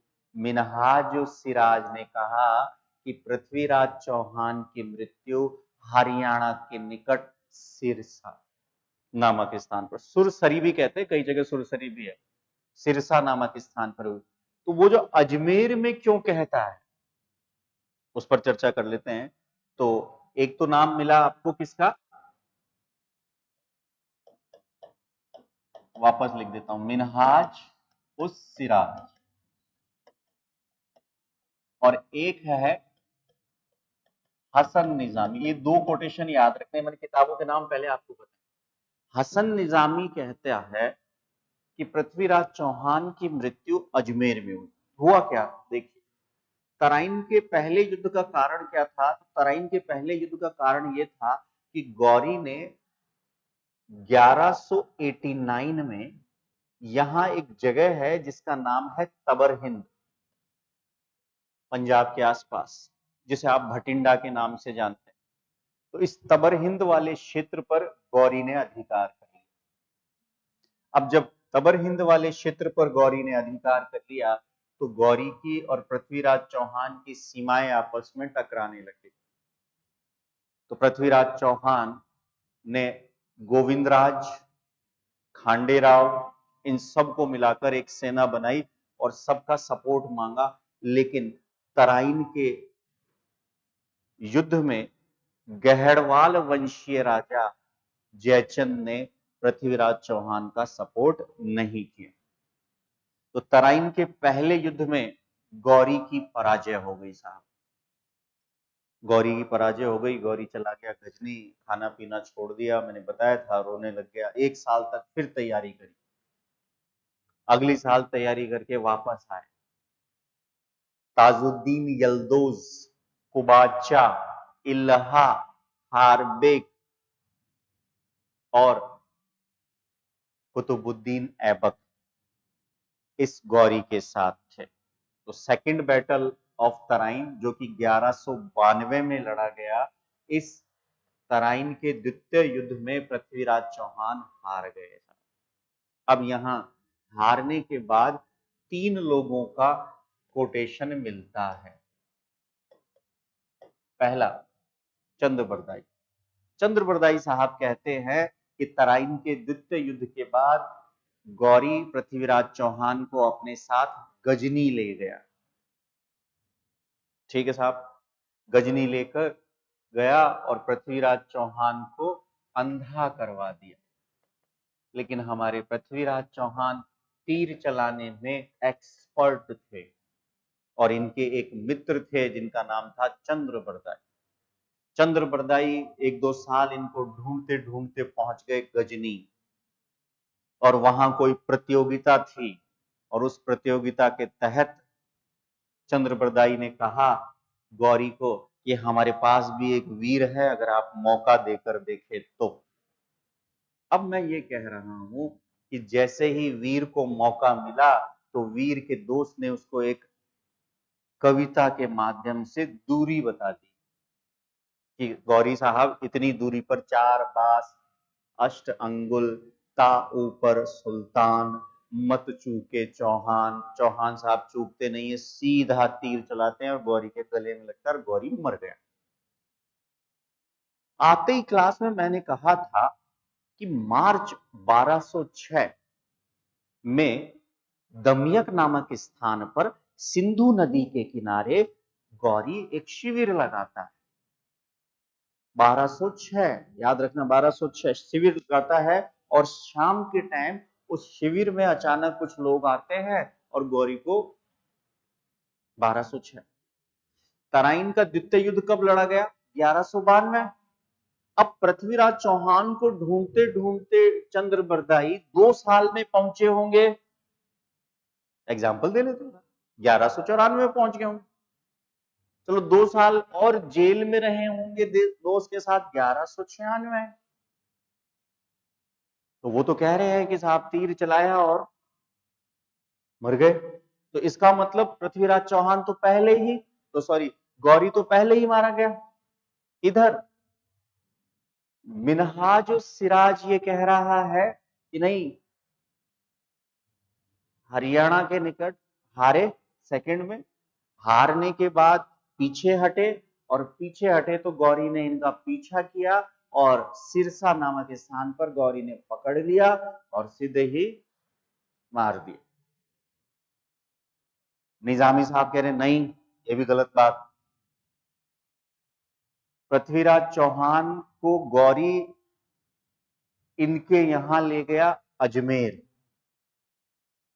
और वहां कैद किया इनको, और कैद करने के बाद वहां कुछ दिनों तक गौरी ने शासन किया, और गौरी ने कुछ सिक्के चलवाए और उस सिक्कों पर कुछ नाम अंकित करवाए, जिससे पता चलता है कि पृथ्वीराज चौहान के द्वारा गौरी की अधीनता स्वीकार की।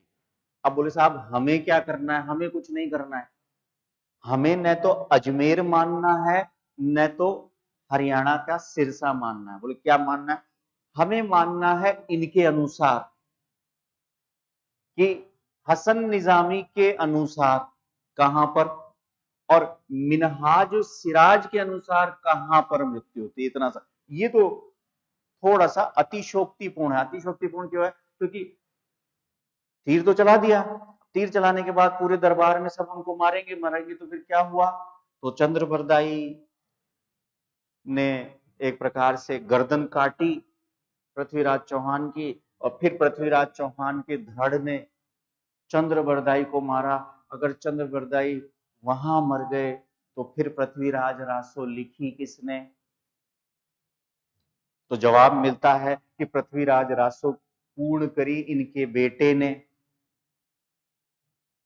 तो बेटे को क्या सपना आया था कि पापा के साथ ऐसा ऐसा हुआ?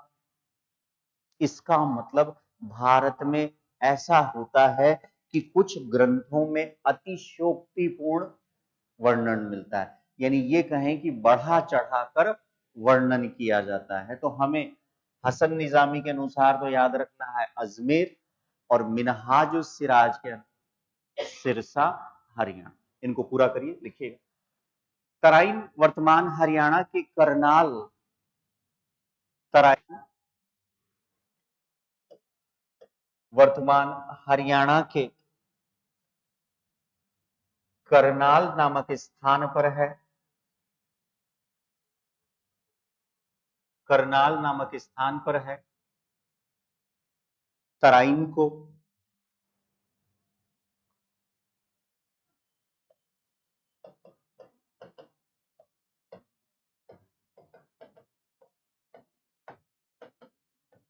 तराइन को तरावड़ी,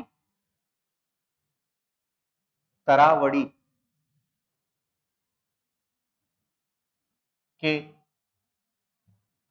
तरावड़ी तरावड़ी के नाम से भी जाना जाता है, जाना जाता है।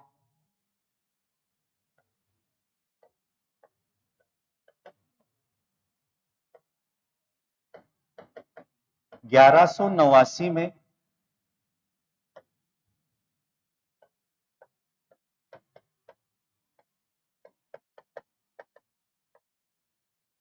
1189 में गौरी के द्वारा, गौरी के द्वारा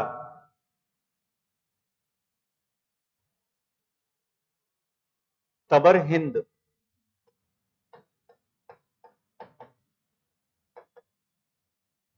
तबर हिंद ब्रैकेट में लिखिए भटिंडा,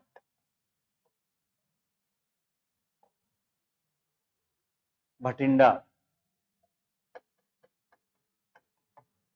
पर अधिकार कर लिया गया, पर अधिकार कर लिया गया, जो कि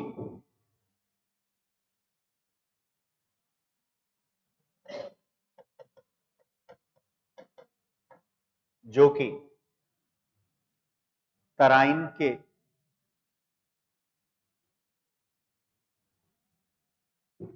प्रथम युद्ध का, जो कि तराइन के प्रथम युद्ध का कारण माना जाता है।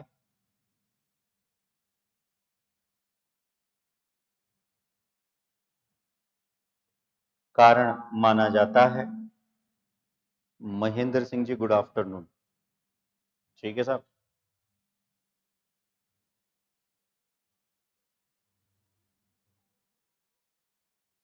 फिर छोटा सा लिखिए, गौरी के प्रमुख सेनापति,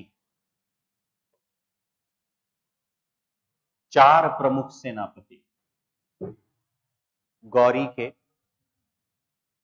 4 प्रमुख सेनापति। देखो सब याद करके जाएंगे, ये 3, कुबाचा, यल्दोज और ऐबक। आपको याद रखना है, खारबक, खरमेल, इलाह, मुकल्बा।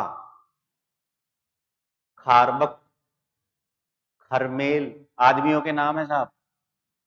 खारबक, खरमेल, इलाहा, मुकल्बा।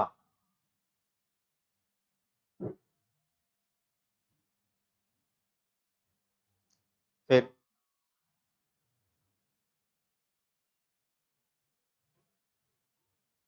4 के बाद और 3 नाम लिख लीजिए। नासिरुद्दीन कुबाचा, 4 के बाद अलग से गौरी की तरफ ही है ये, नासिरुद्दीन कुबाचा। आगे आएंगे ये ऐबक के समय। नासिरुद्दीन कुबाचा। सेकंड, ताजुद्दीन यल्दोज, ताजुद्दीन यल्दोज।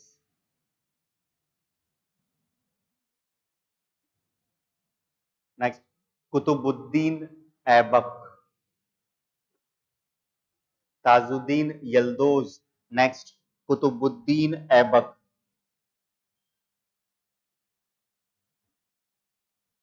फिर उधर लिखिए, पृथ्वीराज चौहान, पृथ्वीराज चौहान की तरफ से लिख लीजिए, गोविंदराज खांडेराय,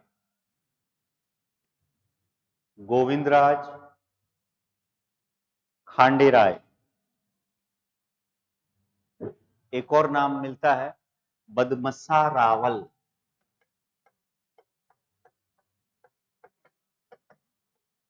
पृथ्वीराज चौहान की तरफ से गोविंद, खांडे और बदमसा रावल।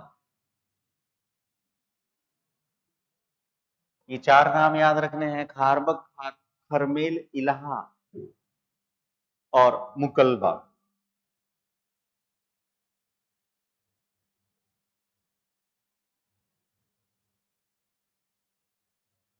लिखिएगा।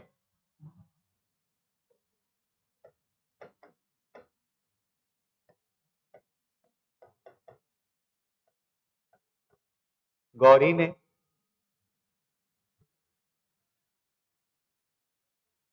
ने तबर हिंद पर अधिकार करके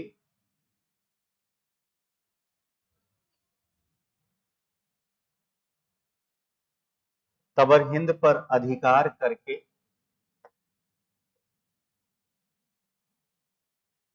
यहां मलिक जियाउद्दीन तुर्की,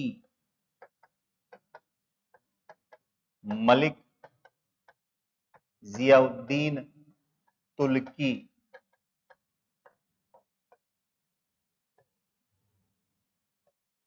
को नियुक्त किया, मलिक जियाउद्दीन तुर्की को नियुक्त किया।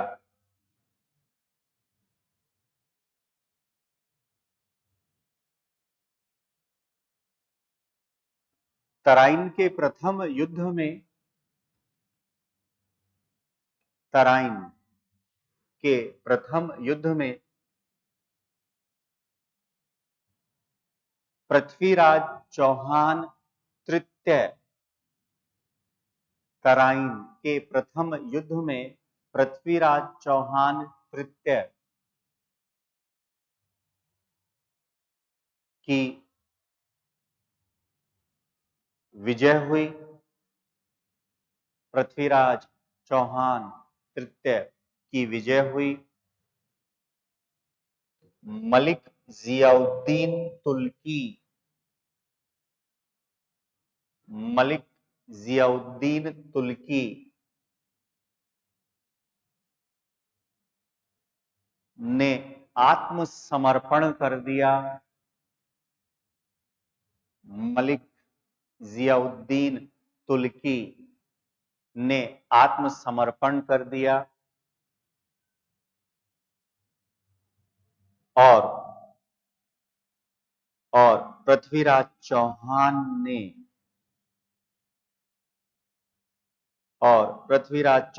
ने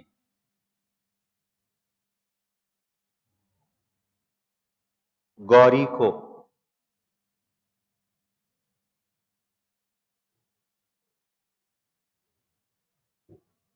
माफ कर दिया।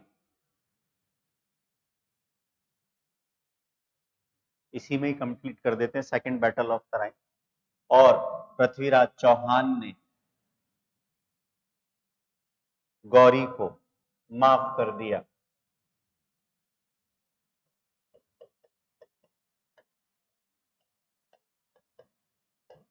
ग्यारह सौ बानवे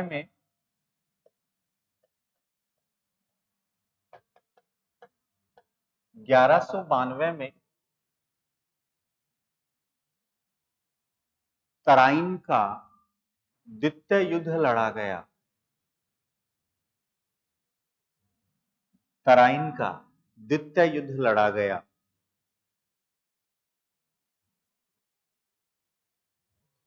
जिसमें गौरी की विजय हुई। जिसमें गौरी की विजय हुई तथा दिल्ली व अजमेर से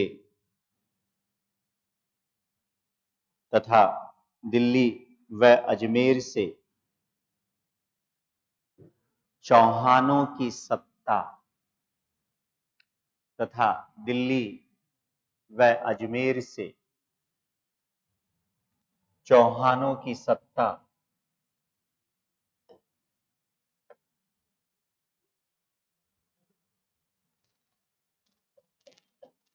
समाप्त हो गई।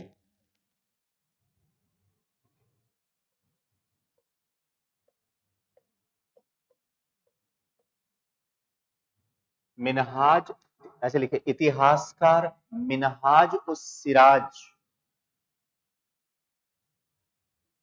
इतिहासकार मिनहाज उस सिराज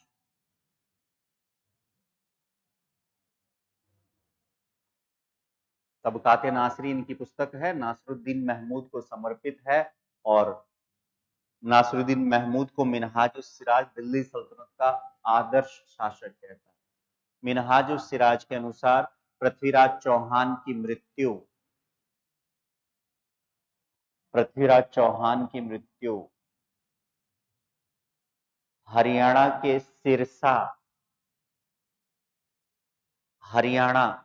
सिरसा नामक स्थान पर हुई। हरियाणा के सिरसा नामक स्थान पर हुई,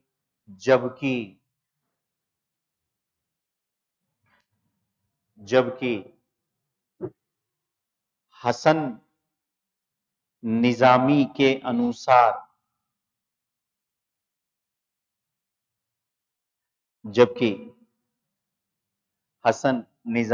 के अनुसार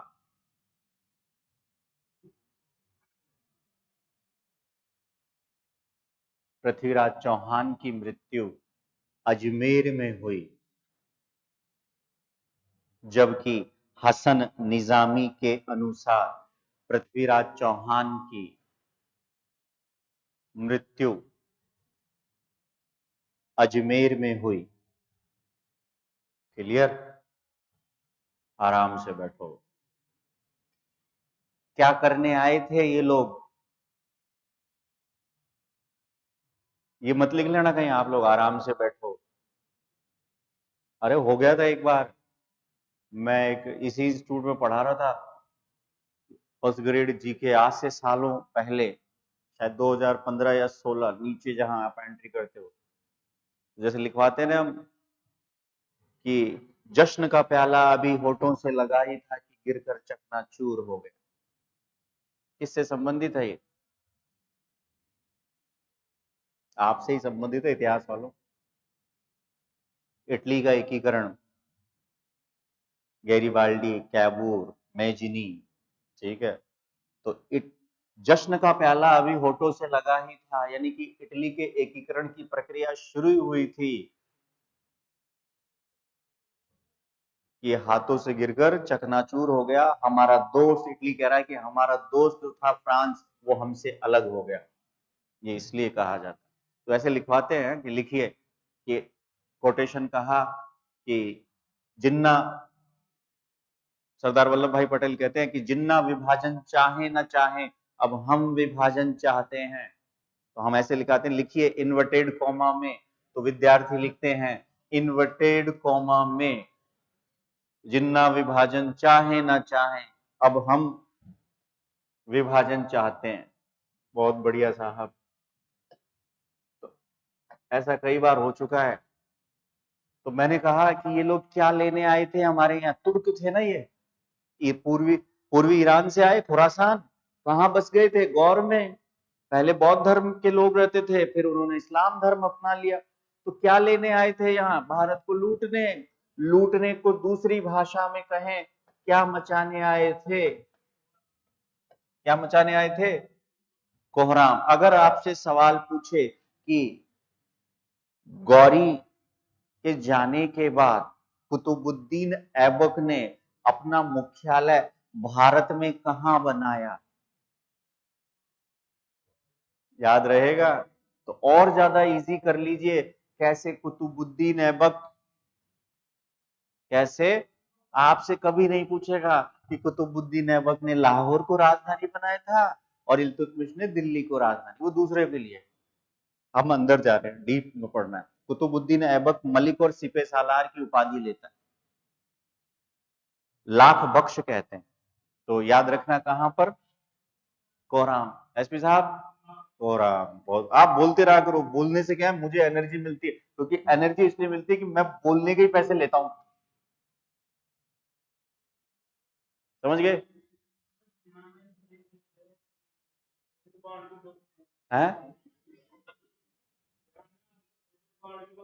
अरे नहीं नहीं, आप भी मतलब कहाँ की बात कहाँ ले जाते हैं। नहीं, आप भी लेंगे, मैंने कहा कि एक दिन आपको भी आप बुलाएंगे साहब। अब पैसे तो देखो अलग अलग तरह के लोग लेते हैं। कसाई भी पैसा ही लेता है, वो मुझे पता है।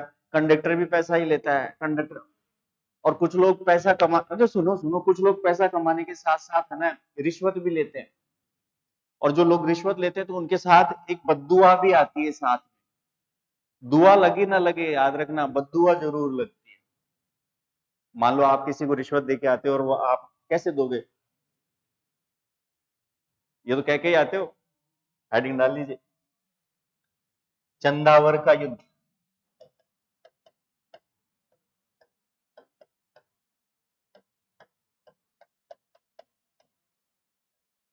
आप दुखी दुखी से मत रहा करो, खुश रहा करो।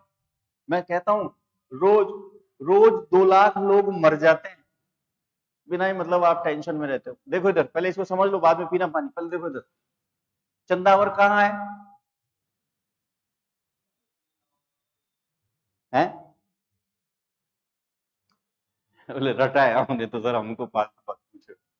गुजरात में ये रहा चंदावर। चंदावर जो पड़ता है, ये पड़ता है कन्नौज व इटावा के मध्य। कन्नौज व इटावा, इधर देखो आप, कन्नौज व इटावा के मध्य। और कन्नौज का जो शासक था, ये था गहड़वाल वंश का राजा जयचंद। तो हमारे साहब गौरी साहब आ रहे हैं लड़ने के लिए कहा? चंदावर में।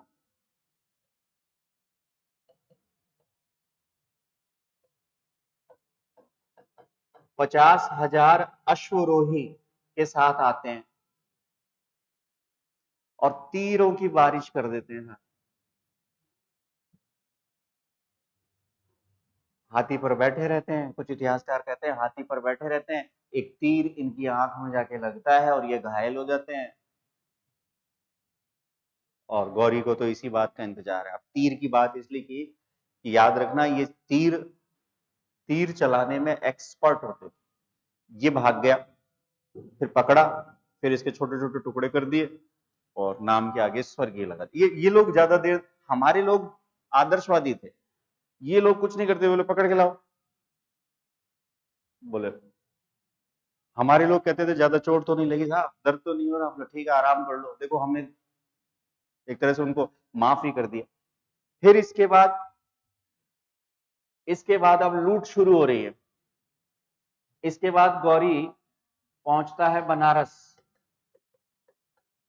और बनारस के मंदिरों को लूटना शुरू करता है। कल आपने देखा था वहां भी मंदिर लूट रहे। तो चंदावर 1194, कन्नौज का शासक गहड़वाल वंशीय था राजा जयचंद, और चंदावर कहाँ है? कन्नौज व इटावा के मध्य। गौरी आता है 50,000 की सेना के साथ और जयचंद इस युद्ध में पराजित हो जाता है। लिखिएगा, कन्नौज व इटावा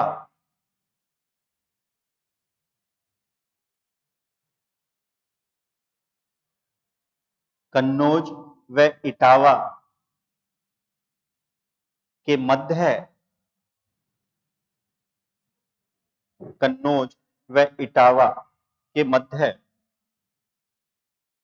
स्थित चंदावर नामक स्थान पर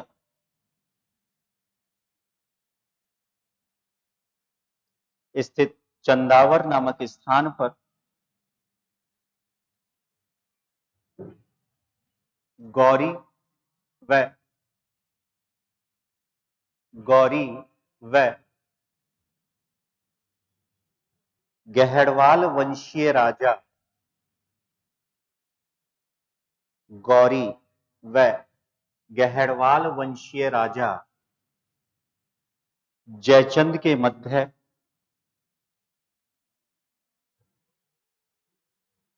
युद्ध लड़ा जाता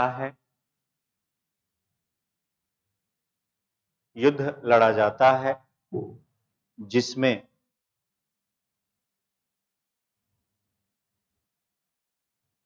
जिसमें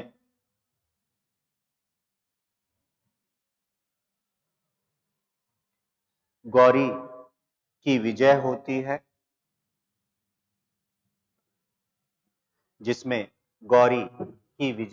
है। और अपनी इस विजय के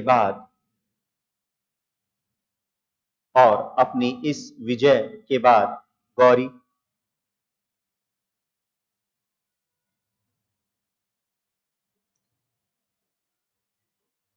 बनारस पर आक्रमण करता है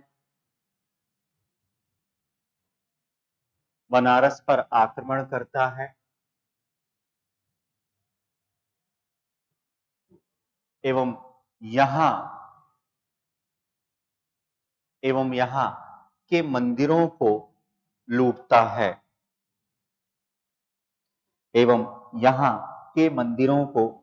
है।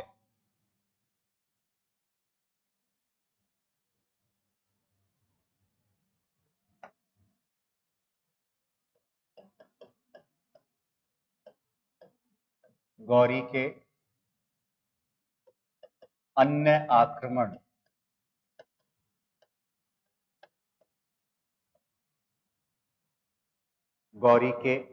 आक्रमण, हेडिंग डाल लीजिए। और देखिए, यह आक्रमण है 1195 और 1196 में। तो गौरी अटैक करता है, एक जगह का नाम है बयाना। ठीक है। अब उससे आगे नहीं जा रहा, वापस जाता है तो रास्ते में कुछ मिलता है, लूटते हुए चले जाता है। तो बयाना में भट्टी राजपूत एक शासक सुनने को मिलता है जिसका नाम है कुमारपाल। अब कुमारपाल क्या करता है, युद्ध करने की बजाय जैसे ही कुमारपाल को पता चलता है कि गौरी आ रहा है,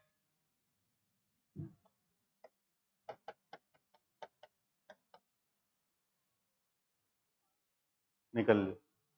फिर इसी समय इस पर भी आक्रमण करता है, ग्वालियर। ग्वालियर पर अगर हम बात करें तो ग्वालियर में एक वंश होता है जिसे कहते हैं परिहार वंश। ये छोटे मोटे राजा हैं जो मैंने आपको मैप में बताया है, जो अलग से रह गए वो बता रहा हूं। बयाना, कुमारपाल भाग गया, थाने थाने करके एक दुर्ग था, उसमें छिप कर जाके बैठ जाता है। ग्वालियर में परिहार वंश, और परिहार वंश का एक शासक था जिसका नाम था सुलक्षण, ये भी भाग जाता है। अब गौरी इसको आदेश देता है कि अब मेरे बस की नहीं है, अब तू लड़, मैं जा रहा हूं गजनी। और ऐबक जीतता है। फिर बदायूं, ऐबक अटैक करता है आबू। यानी कि भारत में गौरी के बाद दो नाम देखने को मिलेंगे, एक तो बख्तियार खिलजी जो कि बिहार बिहार और बंगाल, तो बंगाल में एक वंश होगा जिसका नाम है सैन वंश, और सैन वंश के शासक होंगे लक्ष्मण सेन। ठीक है, तो बख्तियार खिलजी वहां जाएगा, बख्तियार खिलजी वहां जाने के बाद अटैक करेगा। फिर उसके बाद बख्तियार खिलजी अभियान भेजेगा तिब्बत, बख्तियार खिलजी अपनी राजधानी बनाएगा लखनौती। तो लखनौती और तिब्बत के बीच में तीन जनजातियां पाई जाती है, उन जनजातियों को अपनी तरफ मिलाएगा, फिर सोचेगा तिब्बत पर अभियान करो। तो आज का टॉपिक यही था कि कहां कहां अटैक किया। तो पहली चीज अन्य आक्रमण में बयाना, बयाना में कौन, कुमारपाल। ग्वालियर, ग्वालियर में सुलक्षण पाल। दो लाइन में लिख लीजिए, हेडिंग डाल लीजिए, गौरी के अन्य आक्रमण 1195-96 लिखिएगा। गौरी ने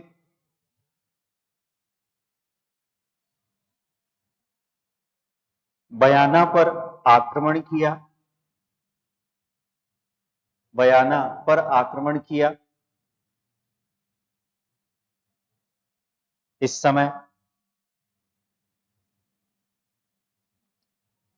समय यहां भट्टी राजपूत शासक, इस समय यहां भट्टी राजपूत शासक कुमारपाल का अधिकार था।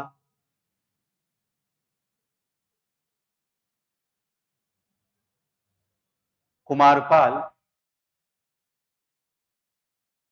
गौरी के आक्रमण से पहले ही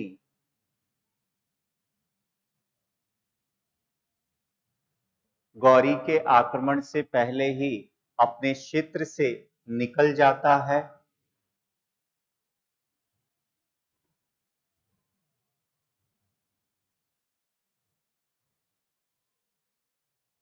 गौरी ने ग्वालियर पर भी आक्रमण किया था, ग्वालियर पर भी आक्रमण किया था। इस समय ग्वालियर में इस समय ग्वालियर में परिहार वंशीय शासक, परिहार वंशीय शासक सुलक्षण पाल, सुलक्षण पाल का शासन था।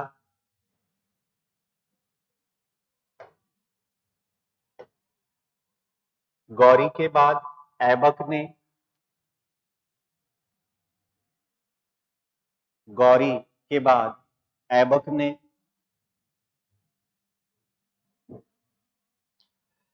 1197-98 में बदायूं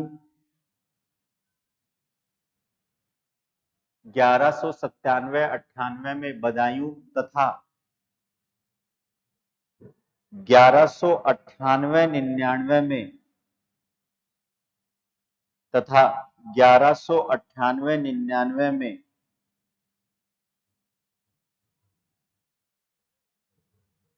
चंदावर व कन्नौज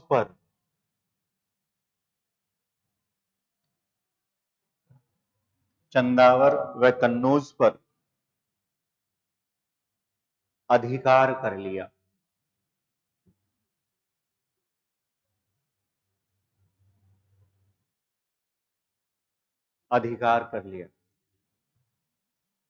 तो आज की कक्षा को हम यहीं पर स्टॉप करते हैं। ऑनलाइन वालों, आप इसको स्कैन कर लीजिए, और जैसा कि मैंने बताया कि अनुकृति योजना का भी आप फायदा हमारे यहाँ से उठा सकते हैं। ठीक है, मिलते हैं फिर अगली कक्षा में।